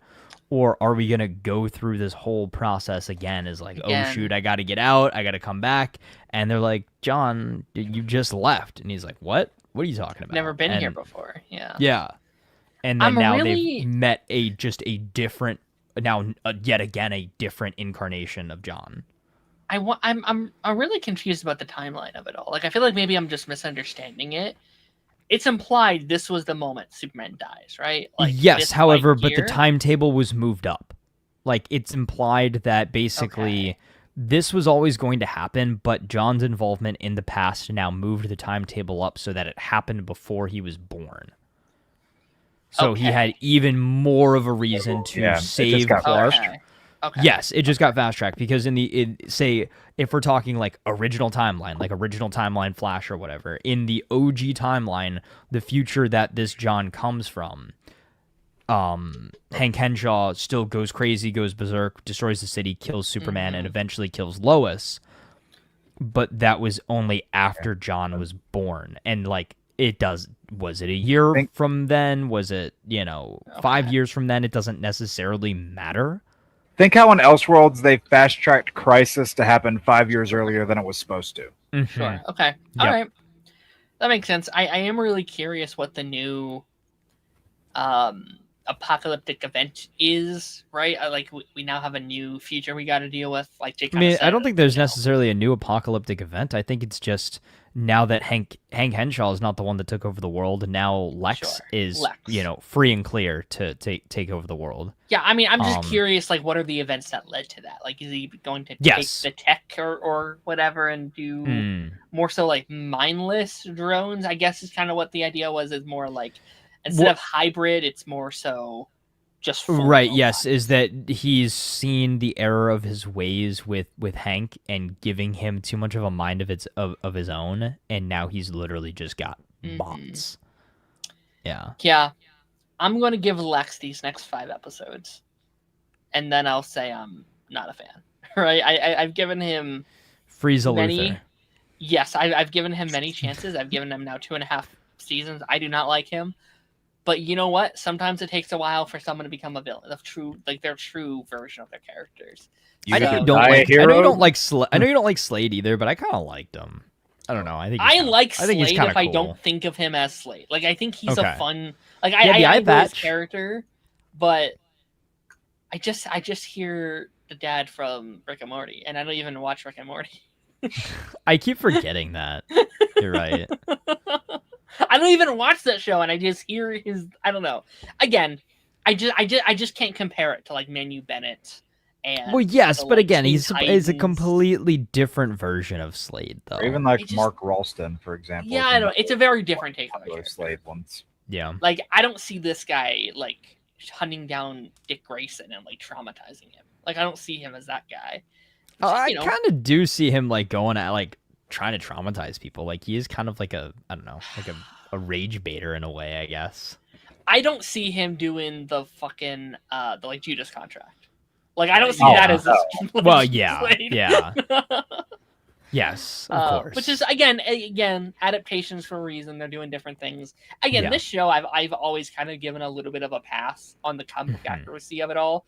they're doing whatever the fuck they want and they're making a good show, and I'm as long as they keep to that, I'm overall okay, you know. I don't know. Do you think we'll ever see Power Girl? There was a slight mention in that first episode where she was like, "I would like to be called the Power Woman," and then she goes and sees her booth, and it's Supergirl. Do you have anything to say to this, Taz? Master Rage Baiter. Oh, okay. All right. Yes. Okay. Fair enough. Fair enough. Also, the name of an achievement in Fibbage, if you are able to fool everybody in the game on one with one lie. So, the more you know. Of course it is. Gotta love Jackbox games. Jake, have we heard about if we have another thing tonight?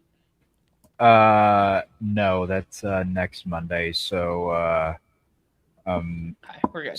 so our fox hating friend can join. Okay. Cool. So, Darren, right, that means final... you're free to play Black Flag all night. Oh, yeah, I'll hop on some Black Flag.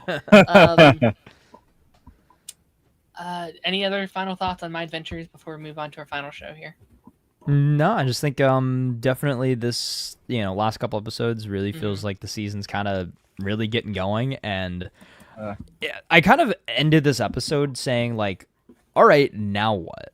Like that was kind of the extent of my we have a whole half speculation of the season. Yeah, we have a whole half a season. I thought this was the final episode. Like it felt like a finale, like not a mid-season. It's kind of crazy. Yeah, so there's so much just like uncalculated territory that we're going into now. So I'm excited. I'm very excited actually. Yeah. Lex, future stuff.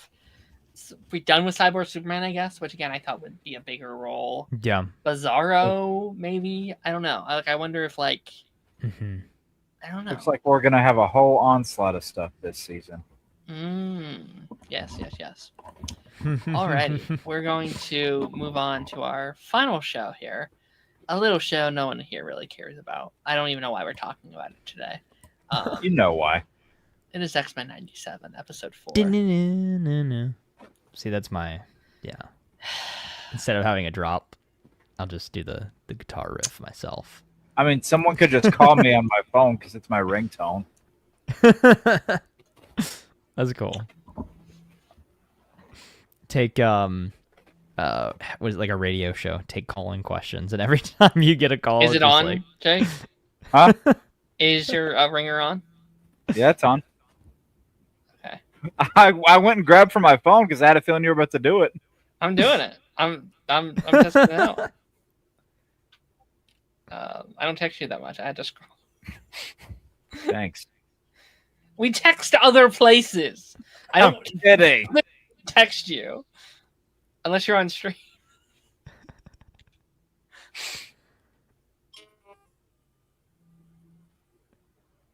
You hear it? No. Oh, a little bit. Yeah.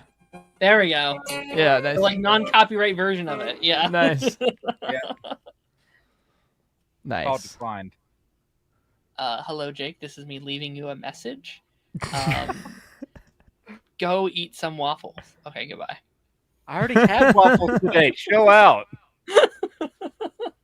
No, X-Men 97, season 2, episode 4. This is the episode people saw early, or like this is the end of what people saw early. Yes. They got those pre-episodes, which I mean makes sense why it was 100% on Rotten Tomatoes. I think these 4 as a bundle were probably a really fun afternoon to just sit down and binge. And if I think out of all the episodes to be left having to wait a month for, good luck. I struggle waiting a whole month. My mind would have been blown. Like, I mean, it was. But, like, if I had seen these early, I would have been like, geez. Yes. Yes, blown like that, yes. I mean, this was also, I think, a very, kind of similar to Superman, like a very straightforward episode. There weren't a lot of, like, individual storylines instead of one direct path. And that path led us to Apocalypse. Yep. Yeah. Taz, let's start with you. Taz, Yeah. crazy episode. How did we feel? A super fun episode too. Nothing too crazy happened. Nothing, just No, vibes, nothing at fun all. vibes, and Only a coward feels mighty when stepping on ants. Dude, this episode was so good. yes. This episode was so good. That was like the coldest line of the entire episode. Going through it, I wasn't necessarily sure where we were going, but the further into the episode that we got, they really started kind of telegraphing this stuff. I think And there was it's one like, line that was a little colder. okay. The one with like the mom, where it's like Maybe your mother was right to abandon you in the Oh past. yeah. Yes, that was a good one too. I think that was my favorite too. Yeah. Which Say, that soul scene is basically just Ross talking to himself. yeah. Yeah. I think that hits so much harder coming from that character though, because like, Oh yeah, because like, he's normally very pacifist, very ideal, Mhm. very Yeah. very What it's soft funny spoken. is, did you kind of feel almost the dynamic switch this episode is? Yep. Magneto felt very much like Charles, and Charles felt a lot more like Magneto this episode. And I'm Yep. guessing that was very intentional. And I'm very interested to see where this puts Charles Xavier going forward. Yeah. Like, we might see a side to him that we are not used to. Which makes me potentially really excited, because my favorite thing about the original pitch for the show that I loved Mhm. was the kids having to manage without their father around, right? Yeah. Without like Xavier not being there was the most exciting thing to me, because like, oh, it's the kids alone. And I think, when they brought him back, I was like, all right, I guess they bring him back, whatever. That's kind of lame, but whatever. But I think, they've had him separated from the rest of the, the Cyclops side of the team. And I think when we get back, he might not be fit to be leading the X-Men again, right? He might No. not be ready to be. This might be too morally- much trauma right now. He might be over on the side causing some mischief, and Cyclops has to be like, all right, team, it's my team again. Let's take care of business. But no, you were completely right. Like I've always said that in previous stuff I've seen that like Magneto's all the way over here, Xavier's all the way over here, and if they could just come together and come closer in the middle, we would find such a middle ground. And we've Mhm. seen Xavier swim closer to where Charles is, and Charles swim closer to where Xavier Yeah. is, and it's been really, really Just fascinating to It's see. like an onslaught of just said- ideas. You just said Charles and Xavier twice. Sorry, Charles and Eric. I'm sorry. No, for sure. No, it's really fat. Frankly, I think some of the most I've ever liked Xavier. Period. Yeah. Like I like Xavier, but like he is He's a generally little bit of the voice fairly guy. like one note. Yeah. Yeah, it's like whatever, whatever. And this is also, I think, the first episode that Ross's voice actor really won me over, with his performance, because like Yes. I didn't hate him, right? I thought he was good. I think it just took a while for him to just transition in my brain as that voice actor. And I think this was the Mhm. episode that like I wasn't thinking, hey, that's the guy from The Walking Dead. This was the episode that's Xavier. Or that's immortal. Sure. That's Robot. Yeah. Like it wasn't.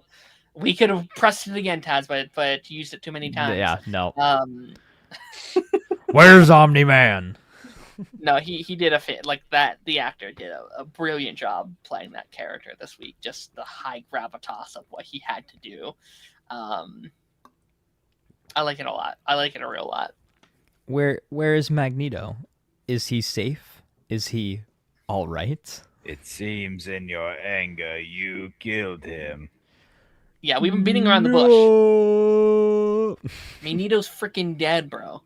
He got went. squished Hey, well, Poof. listen, I'll just have to say this. for now. If I had a nickel for every time we saw Apocalypse vaporize Magneto, only to have something interesting happen with Magneto afterward, I'd have 2 nickels, which is not a lot, but it's weird that it happened twice. That is true. Yeah, If you know what I'm talking about, you know what I'm talking about. That is true. It's been kind of teased around the bush. I mean, even in season 1, be worth theorizing. Maybe a certain villain could come into the show.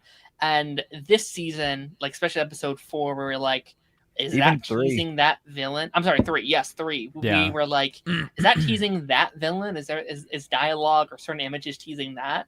And as we went into episode 4, I'm like, as someone who doesn't know that character, I honestly, I don't really know the character. I know of him. I've heard legends. I've heard legends and stories. 1 second. I've heard legends. 1 second. I've heard legends and stories about the about who that character is, and I think. Well, here's what I initially thought when that happened. I was like, oh, did he just like teleport Magneto somewhere? Like he didn't kill him, but he like teleported him somewhere to then turn him into a horseman, is what I was thinking. Initially, at least. I think, and I could be wrong, I think physically, his body, at least right now, is dead. Yes, but maybe he's like absorbed the consciousness or something. I'm thinking like, yeah, maybe he did something to like save. Maybe it's like a mind bank. He's like, I'm gonna store the consciousness over here on the side of my brain for now until I need it. And then I do think we are doing the Horseman thing. Like I really think Do you think maybe the Horseman is a team made up of dead X-Men? Well, I mean, Gambit's you would dead. Have Gambit, Magneto. Dead. Magic is dead, right? We saw from the trailer. We see him crying over the whatever. Yeah, Colossus crying over Magic. Yeah. And then, is there anybody like any big character that died during the original show? Not besides Morph, which came back, obviously. Okay. Died, but he wasn't really dead. He was just but like, I feel like that would be like a good thing. Madeline? To do. Could we do Madeline? Ooh. That would be crazy. Ooh. That would be crazy, bro. There's our Horseman right there. Chat, we're calling it right now. I don't think they're doing that, but that would be crazy. Oh, but wouldn't that be so great though for Apocalypse to do that, to just mess with Cable? It could be. I know typically it's Logan, right? So we could. I mean, I know we're jumping around all over the place, but maybe the Weapon X experiment like goes. It backfires. Yeah. Maybe Apocalypse just fucking kills him. Like he goes in and is like, "Yeah, you're doing this. Fuck, you're dead now." And so it's Wolverine, Logan, Magneto, Gambit, Magic. Pretty solid lineup. Yeah. And then we get like Colossus joins our team for a bit or something to get her back. Yeah. Or whatever. I don't know. It's like something like that. I don't know. I don't know. Maybe Polaris. I know she's kind of in this season or whatever. Maybe she can be. I don't know. But no, it's. I don't think I reacted in the way I should have when it happened, because I was like, same here. I was like kind of in shock. I was like, I was like, oh, they just did that. And then my initial next thought was, how are they going to undo that? Yeah, it's very you know what the vibe is for that episode. It's it reminded me of Loki from Infinity War, when he snapped his neck right in front of Thor. Like it's almost exactly. Yes, it's like, oh no, he's dead, but like we know that can't be permanent, right? But maybe is that what they want us to think? Because did you see the interview? Did I send that to you? I think it was with Collider with the voice actor who plays Magneto, and he was kind of talking about it. Other fun fact that he put in there was the voice of the ship was, I believe, is his wife in real life, which is very cool. Interesting. Yeah. Very cool. But basically that this has been known and talked about behind the scenes, I think, for a while, maybe even since the beginning. So he knew that this is where he was headed. That's interesting. But I wonder if that's more so marketing stuff to just make us think that Magneto really is dead. But I think the biggest subversion to expectations would be if he truly is like dead. Just to or at least stays dead for a season, kind of like Gambit. Just to play in the expectations a little bit. Just to like, let's just like pretend he is dead. Let's just pretend we're never seeing him again or anything about him again. Great ending. Fantastic ending to his arc. Yeah, like, he went out as a true X-Men. Yeah. I've loved. I have his redemption arc. Yes. Yeah. I've adored. I think it's really hard to do a truly good redemption arc that doesn't feel like we've 180'd someone's character. Mhm. Like he's not just like, all right, like, all right, Charles, what's next? And he's not the perfect X-Men. He's not following every Yeah. order. He's still technically sort of an antagonist this season. Like when he Yes. grabs the collar and crushes him, he's like, oh, no, we're doing this my way. Like that's still him, but he's changed and he's Yeah. evolved, and he did become like I really like that. It would have been so easy to make him. I love him to death. It's the greatest arc in any show ever. But like Zuko from Avatar, where it's like, oh, they're fully just part of the team now, and they're all friends or whatever. That's not Magneto. That's not who Magneto is, and it was never going to fully be. I'm 100% agreeing with everything you guys are saying. It's such a perfect written, full circle moment for him. The way they've written him this season, I love it so much. Yes. Yeah, sorry I was gone for a minute. Last thing I saw before I had to mute myself, you guys were talking about Onslaught. You want to catch me up on what I missed in the next few minutes? We were talking about the Horsemen a lot, who our Horsemen could be. As people who don't know the comics, we were just being like, would it be crazy? Oh, if they what got would our Madeline? team be? Yeah. Yeah, we're like, Madeline would be insane if they could get Madeline. You want me to knowledge bomb a little bit?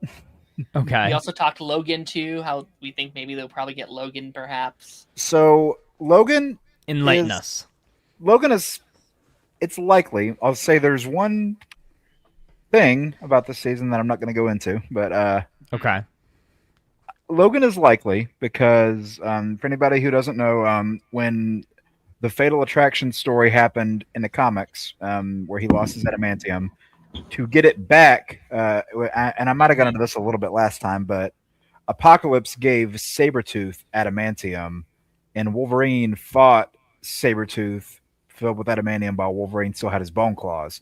And that was essentially a test as to which one of them would be worthy of being the Horseman. And even though he was filled with adamantium, Wolverine still beat Sabretooth.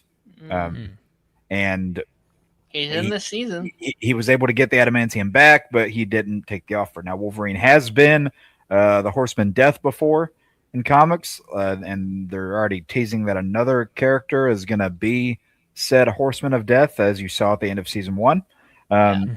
But also, if Magneto is amongst that quartet of Horsemen, it wouldn't be the first time an animated X-Men show has done it. And there's also other characters, like, with how Nathan Summers focused season 1 was, and so far you got that episode of season 2. He's been a Horseman before. And your 4 Horsemen that you've got, like, they're all kind of mantles that people take on. You've got war, death, pestilence, and famine are the 4 categories, if you will. And different people have taken on different things. And a person has never really been fully dead to be one of his Horsemen. They've just been sort of corrupted, because if you remember Evolution, none of them were really dead. They were just kind of taken. Well, that was kind of our thought, is we were like, oh, we just get a whole team of dead X-Men. Sure. Which could be done. I'm not saying they aren't always dead, but they don't have to be. Right. Okay. So that's interesting. Question really quickly. What if it's Rogue? What if, like, in trying to get both Gambit and, like, Eric back, she's like, okay, I'm gonna do this and try and get them back or whatever, but she turns into one herself or something. Ooh, that would be interesting, because didn't she had a small little moment there with I guess Apocalypse before he was Apocalypse, like just like a little heart to heart. Yeah. So, sitting around the campfire there. So they've never, he could use that against her. So they've never done it in mainline comics, but they've had Rogue fill the mantle of the Horseman Famine in a couple of different video games before. So she could very well fill that same sort of void. And for the people that have been death, primarily it's been Wolverine, Gambit, or Archangel, who's in the season already. Yeah. And there's another prime candidate for it. Yeah, that's true. A lot of other people that have been Apocalypse's Horsemen haven't been introduced yet. Like there are characters like Abyss, who's like this. How do I describe his abilities? He kind of has interdimensional abilities, but he also kind of exists inside his own dimension in a way. And then you've got people like Mikhail, who's the brother of Colossus, who might appear this season. We don't know. But he served as one of the horsemen before. And you also had a really big orange being named Holocaust that's got connection to Emma Frost, who served as a horseman before also. So there are a lot of different variations of the horseman that they could pick from. And let's just say with the way things are currently in the show, Apocalypse is not lacking for candidates. I also think that magic is on the table. Like, I don't think you show that shot inside the trailer of like Colossus crying over her dead body. Well, well, it's funny you say that, Darren, because in addition to people like Gambit and Wolverine, so Colossus actually has been a horseman of Apocalypse before. That's interesting. So that could be maybe a deal that Apocalypse makes, saying, I'll bring your sister back, but you have to be my horseman. He actually has been the horseman of war before. That actually might make more sense. That would make sense, Because there's a look, I don't know if they would adapt it, but during one of the Age of Apocalypse stories, he had like a bunch of red spiked armor on and had a bandana on top of his metal skin. The Age of Apocalypse designs got really weird and out there. Sorry, I'm sorry about that. No, you're good. That's very helpful. All right, I'm locking in my 4. I want everyone to lock in their 4 of who they think it might be. I'm going with just what you said there. I'm going Colossus, Gambit, Magneto. I'm gonna say Rogue because I think that reveal would hit very hard of just like someone who is like lost the 2 people that she loved the most in pretty much one foul swoop. I'm kind of expecting her to go off the deep end again next week. Like, I'm really excited to like how's she going to feel when they come back and Eric does not come back with them. I'm going to play devil's advocate and say it would be even harder for her to then have to fight them. You're right. So I'm going to say same team that you did, but without Rogue. So Gambit, Magneto, we'll say Colossus instead of Magic as well. I still think Madeline would be a great fourth horseman. Because because then you have now Rogue fighting obviously Gambit and Magneto. You have Cable fighting his mother. And then Colossus because like you need a big muscle tank character, right? I think that's the coolest option. Like, yes. I think that's the one where I'm like, yeah, she was always been a pretty sick villain. Just a way to keep me. They keep making her a villain. You have Dark Phoenix, you have Goblin Queen, you have Madeline a little bit, potentially that if they went down that route. Yes. So like, I mean, come on, might as well, right? Like, if we're in the habit of bringing back dead characters, they don't have to like fully actually come back. But I think this would be fun. And I guess if that happens, do any of these previously dead characters then come back to life post Horseman? Or is it a final sacrifice of them not coming back? I don't know how I feel about Gambit yet, because hypothetically I think maybe they would want to bring him back, right? He's such an iconic member of the team. I kind of don't want them to, though. Like, I loved episode 5 of season 1 so much. It's such a good scene. It's such a good episode. I don't know. There's a part of me that's like, yeah, keep him dead. But I don't know. Maybe I almost at this point want them to keep both Gambit and Magneto dead. Like, I know we're saying he's gonna come back, but thinking about it though, I don't want them to, number one, make death not mean anything. But number 2, I don't want them to undermine the emotional impact. Like, I want the weight to still hit, because say we come back and rewatch the show in 3-4 years' time, where we know exactly, obviously, what happens.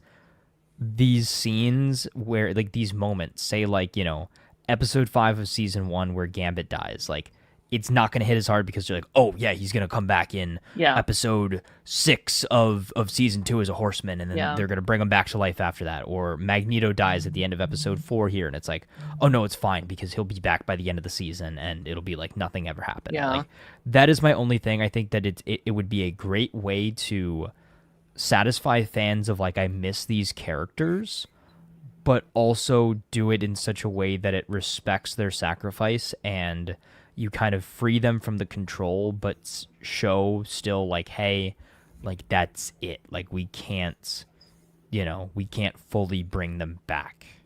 You know what I mean? I kind of agree with Gambit.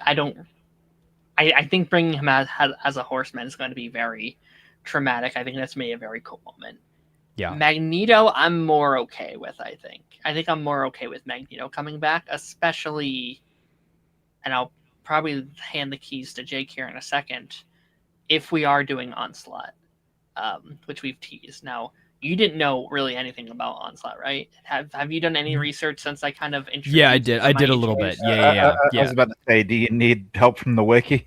So Taz Yeah, might little- honestly know more than I do. Like I've just kind of known it's a kind of a combination of both Magneto and Xavier is the idea. Kinda. Right? You get like it's the merged minds consciousness of Magneto and Xavier. Yeah. You have like the dark side of Xavier's mind, the side that like he's constantly held back, merged with all of the rage of Magneto. It's kind of born from all the darkest battles, like all the trauma from those battles that the X-Men have had. And he kind of possesses all the combined abilities of both of those different mutants, and it makes him one of the most dangerous villains in all of Marvel. And it was the whole origin of Onslaught actually like the whole things that actually lay his foundation into place start with something that already happened in the show back in season 1 when Magneto ripped the adamantium out of Wolverine. That's actually the first of many things that led to that event. Because you saw what Xavier did to Magneto in the following episode where he like forced his way into Magneto's mind. Like the mind meld kind of thing. Yeah, you saw that.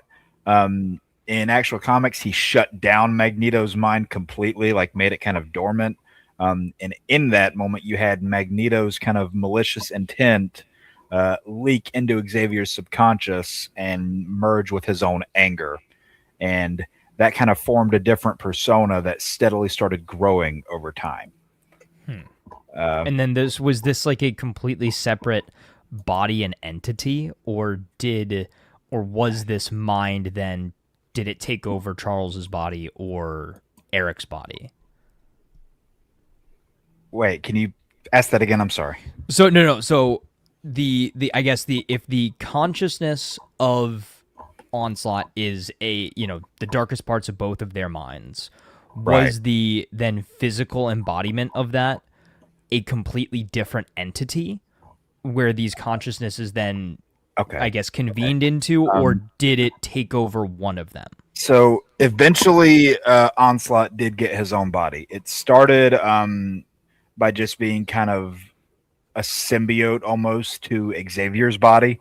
It started there, and he hijacked Xavier's body and then morphed Charles' physical form into this like giant 10-foot thing that kind of split off from him. And then it shifted even more so due to Nate Gray, who is the character that ends up taking down Apocalypse in Age of Apocalypse storyline. They might be teasing things up with that character, but Nate essentially uses his abilities to pull Xavier's astral energy, which astral energy is tied to a very popular X-Men foe in Shadow King. He essentially pulls Xavier's mental energy out of the astral plane and back into the real world to shut down Onslaught. Okay. And so hypothetically, like, do they go back to normal at the end, or is it typically they're gone for a while, like Xavier and Eric? Wait, hold on. Like once they defeat them, are they just gone for a while in comics, or is it kind of do they get both Eric and okay. Okay. I see what you mean. So it's varied a little bit, but no, they neither one of them die or vanish. He essentially, because he was born from their minds, him being destroyed actually freed them. Okay. if that Okay. makes sense. I was just curious, like, for like the context of the show, if like after they're defeated, if we get Eric back or whatever. Well, so it actually ties in other Marvel characters, that like that whole story. It ties in other Marvel characters that have been shown in this season already, because a certain character that Morph may or may not have transformed into this season actually rips Charles from Onslaught's physical form. Okay. No, that's interesting to me. And if I was a betting man, I'd probably say that's probably. So he also did. Charles also did lose his powers after that whole ordeal too. So That's interesting. That is very interesting. Yeah. It was temporarily though; it wasn't permanent. Okay. Yeah, I don't know. Like that feels like a season 3 thing, right? It feels like we're doing Apocalypse this season, obviously. I wonder if no one's gonna get this reference, but I wonder if it's almost like Ben 10 did this once, where it's like we're struggling with the big bad, but the like next big bad has to come in to beat that big bad, and now it's like, well, he's gone, but now we got to deal with this guy. There's always a bigger fish. Yeah, if it's to show, okay, now this guy's fucking crazy. Now we got. When Darren said no one was going to get it, I'm like, Ben 10. Yeah, has made of, but I don't think he got all the way through Ultimate Alien. So no, I did not. Yeah. Okay, so I wasn't sure if you to get the reference. Yeah. So. Yeah, I hope that explained it a little bit. I think it did. It did. Yeah, it gives a lot more context. For sure. Yeah. That's really why I'm here, right? Yeah. Yeah. Of course. You're our resident expert. Expert. Got to give a big shout out to Jonathan Majors. I mean, Kang the Conqueror. I was not expecting full on Kang. I thought maybe they would get like a little reference to him, maybe allude to something. I completely forgot. That was like that to me. That was like the least important part of the episode. I'm like paying attention to all the other stuff. I'm like, oh yeah, right. Kang was in this one too. He just fucking dipped. He's like, yeah. He's like, you'll figure it out. Bye. Which I'm gonna go to another time. I think people are getting pissed off at me for keep saying it. With the Watcher appearing in season 1. That's Jonathan Majors. That is technically a variant of the version we saw in Ant-Man, right? Hypothetically, it's a take on that version of the character. So yeah. I just think it's interesting. Yeah. I just think it's interesting that like he's still kicking out there, like he's still doing bullshit. If you had to place a bet, is main villain for next season, would it be Kang or Onslaught? I'd say Onslaught. Okay. I think maybe you save Kang for maybe Avengers. Because I think after this week's episode, I feel they love these Avengers cameos. They place them any goddamn place that they possibly can. Do you think that we're gonna get like a full Avengers X-Men team up episode or like a special maybe? I think a show. I think we do an Avengers spinoff show. Avengers 98? Because this universe never had an established Avengers team. Avengers 2000 would go hard. Avengers 2000 would go pretty hard. Avengers Y2K. Hopefully it'd be better than the last Avengers show that came out in 2000. Yeah. I don't know, man. That show was not good. Like, let's just like go through it.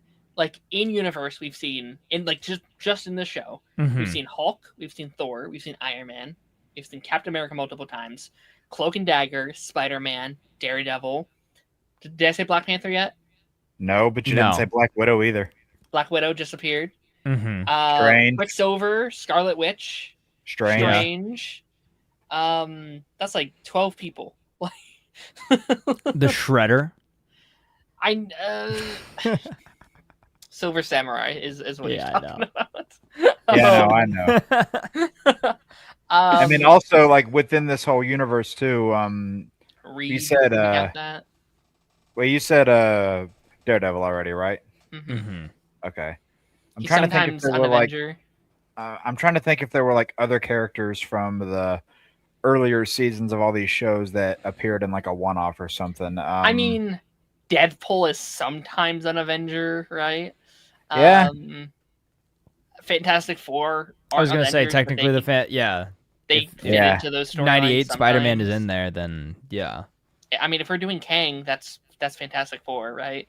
So Blade exists in that universe, and he's been an Avenger before. So I mean, he wouldn't appear yeah, probably, but Yeah. that'd be so funny if Blade appears in the show before.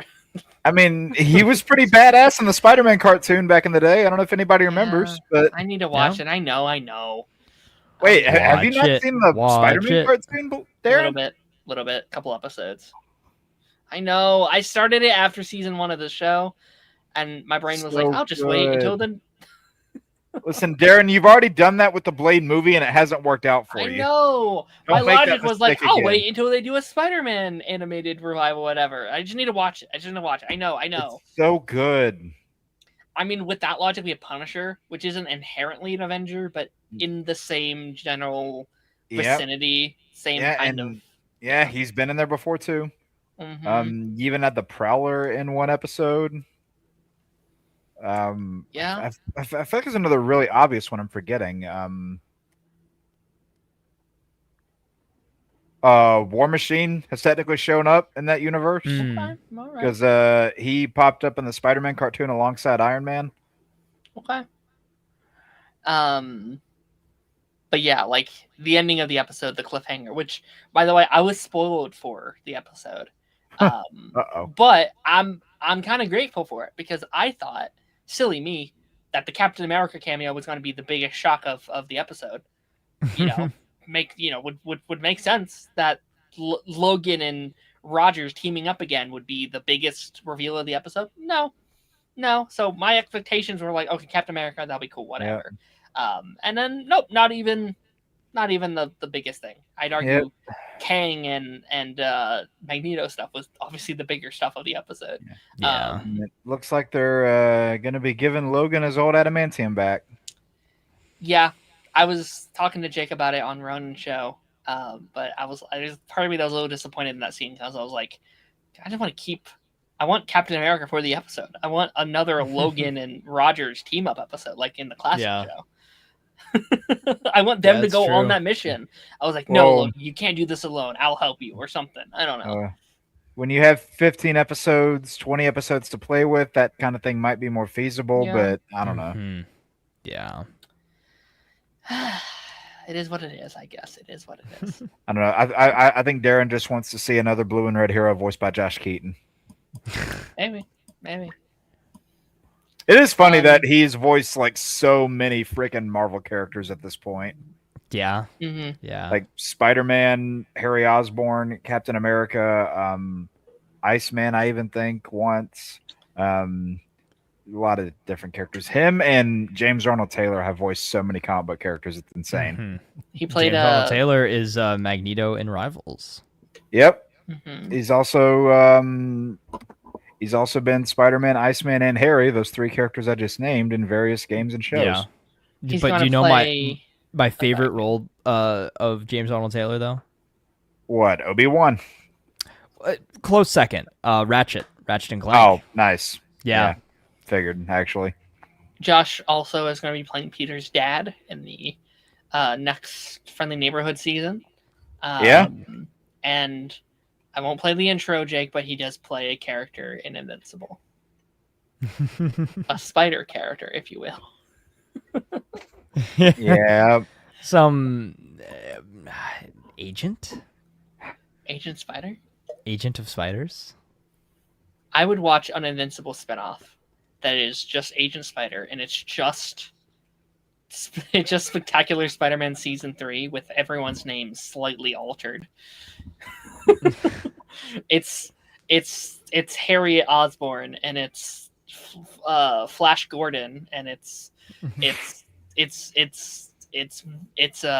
what's another Spider-Man character? It's Normie Osborn-y. I don't know, something. I don't know. just like slightly change every character's name not to get sued.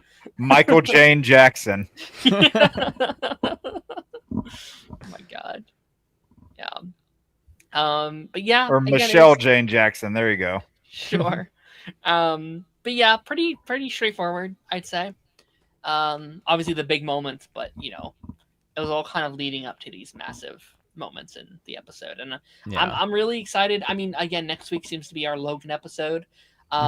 which I think is kind of the template of last season too. Like after episode 5, they had an episode to be like, all right, we're just gonna chill in space with Xavier and then Storm before we have to go back to the main storyline. Yeah, so maybe I mean this might be your just like team up episode. Like we could get some like Wolverine Cap flashbacks and stuff, and I love that. Yeah, I think that'd be cool. I mean, the episode title is called Danger.exe, so it makes sense that it would follow the Wolverine storyline. I wonder what the intro is going to look like for next week. Like, if it's just Logan, are we going to get like a bunch of like, I don't know, like, are we going to get another custom intro or something where it's just people from Logan's past or something? That'd be kind of like Sabretooth is. I mean, they had more than one episode of the original series that was very Weapon X focused. You know, Sabretooth, Silver Fox, characters like that. So you could definitely do that. Deadpool, even. Yeah. Oh yeah. I wonder if that's where we get the Deadpool cameo that we saw. That'd be crazy. In the trailer. Yeah. Do you think we get? Yeah. I love how we all thought that was Morph. Do you think because it was Morph last time? If we see Deadpool, is he voiced by Ryan Reynolds? No. Or somebody else? No way in hell. That's their whole season's budget. Nolan North. Yeah, that'd be good. Or John Cassier, the two that have been the ones that have primarily voiced him. Get a Donald Glover. Well, no, actually, you know who I'd like to see return as Deadpool? What, Will Friedle? Yeah. Will did a great job. I really like Will's. Yeah. I don't know. I got a soft spot in my heart for John Cassier as Deadpool. That's fair. Yeah. Where's my John Mulaney Deadpool? Interesting. X-23? I don't know if we have time for X. I mean, I think No. later on we could. I don't think we have time right not now. This season. No, later. They might not even do it, period. I mean, they want to do 10 seasons, right? Like, we have time. We have time. We do if they have really time. want to. Yeah, if they really just not right now. There's too much cosmic shit going on to deal with more not grounded but semi-grounded Wolverine stories right now. But who knows? Maybe I'm wrong. But yeah, I think that kind of brings us towards the end here. Do we have any final thoughts on X-Men 97? Any things we haven't mentioned? I felt bad for my boy Kurt. I think he got his arm broken, right? Didn't Apocalypse fucking knock his socks off? I was scared for a second. I was like, don't you fucking dare.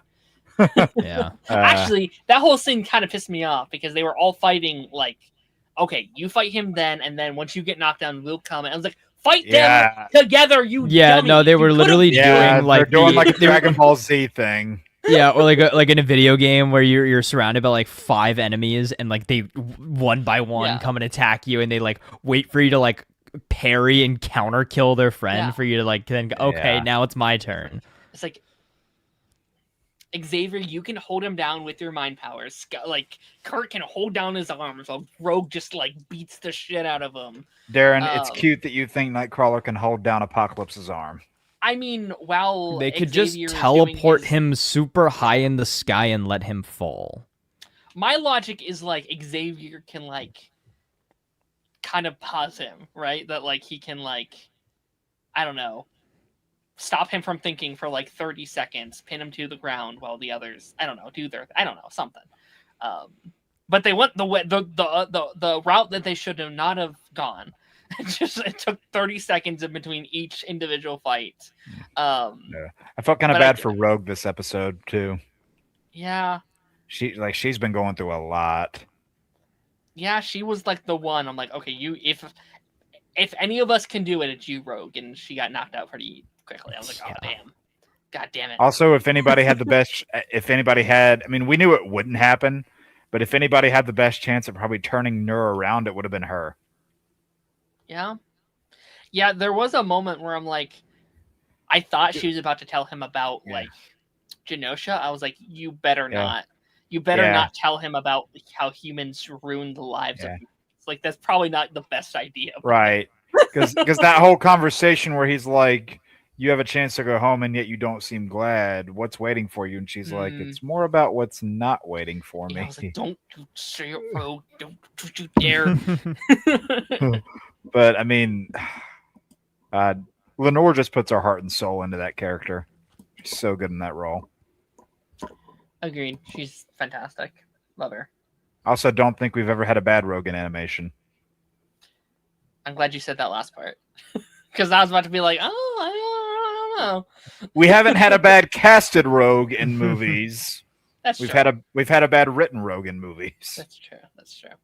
Yeah, I didn't love her Sting. in Oh, I mean, yeah, okay, yeah, they've all been all right then. Well, were you about to say Wolverine and the X-Men? Yeah, I like her, but I don't love her in that. I'd say like if that is like your lowest of animation, then that's good.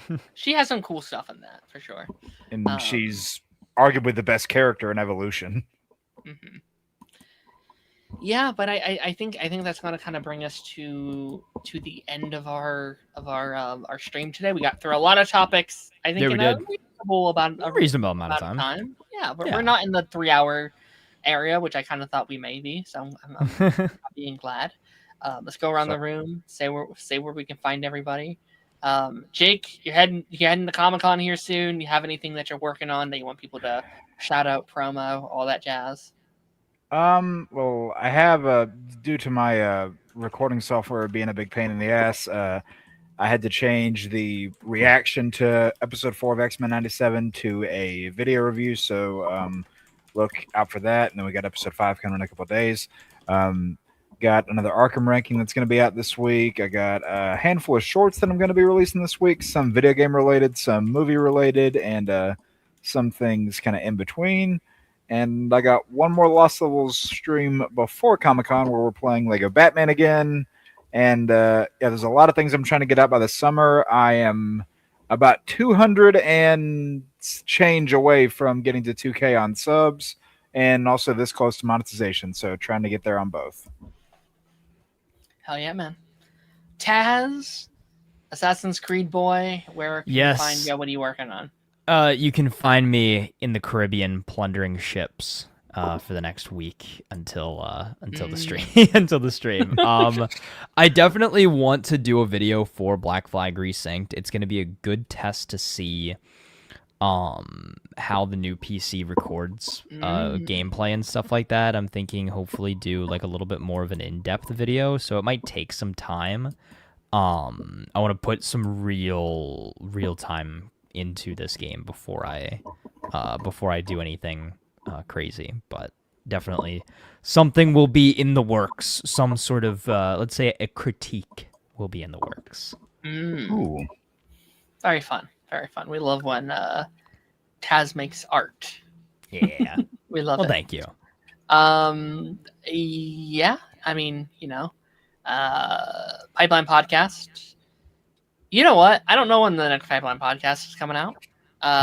Descendants comes out Friday, and that's what this week's episode is based on. So we might have a late one, maybe on Saturday with Taj. We'll see. Maybe not. Maybe we'll do Minions episode instead. I don't know. We'll see. We'll see what's happening. But Pipeline eventually. Check out the second channel. We did 2 streams on Black Flag. Myself, I'll probably just... First game I'll probably just do on my own as like a fun little solo adventure while I'm watching shows and stuff. So, but Kingdom Hearts is going to be coming out consistently.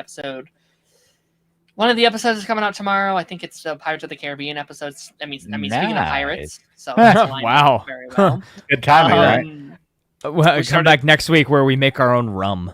Yeah, I'm in my pirate era, I guess. And then we start Life is Strange Before the Storm this week as well. So if you're a fan of that series, we're on the second game of that. So we're working on some new stuff and all that jazz. But yeah, without further ado, everybody, thanks for joining. And I'll catch y'all later.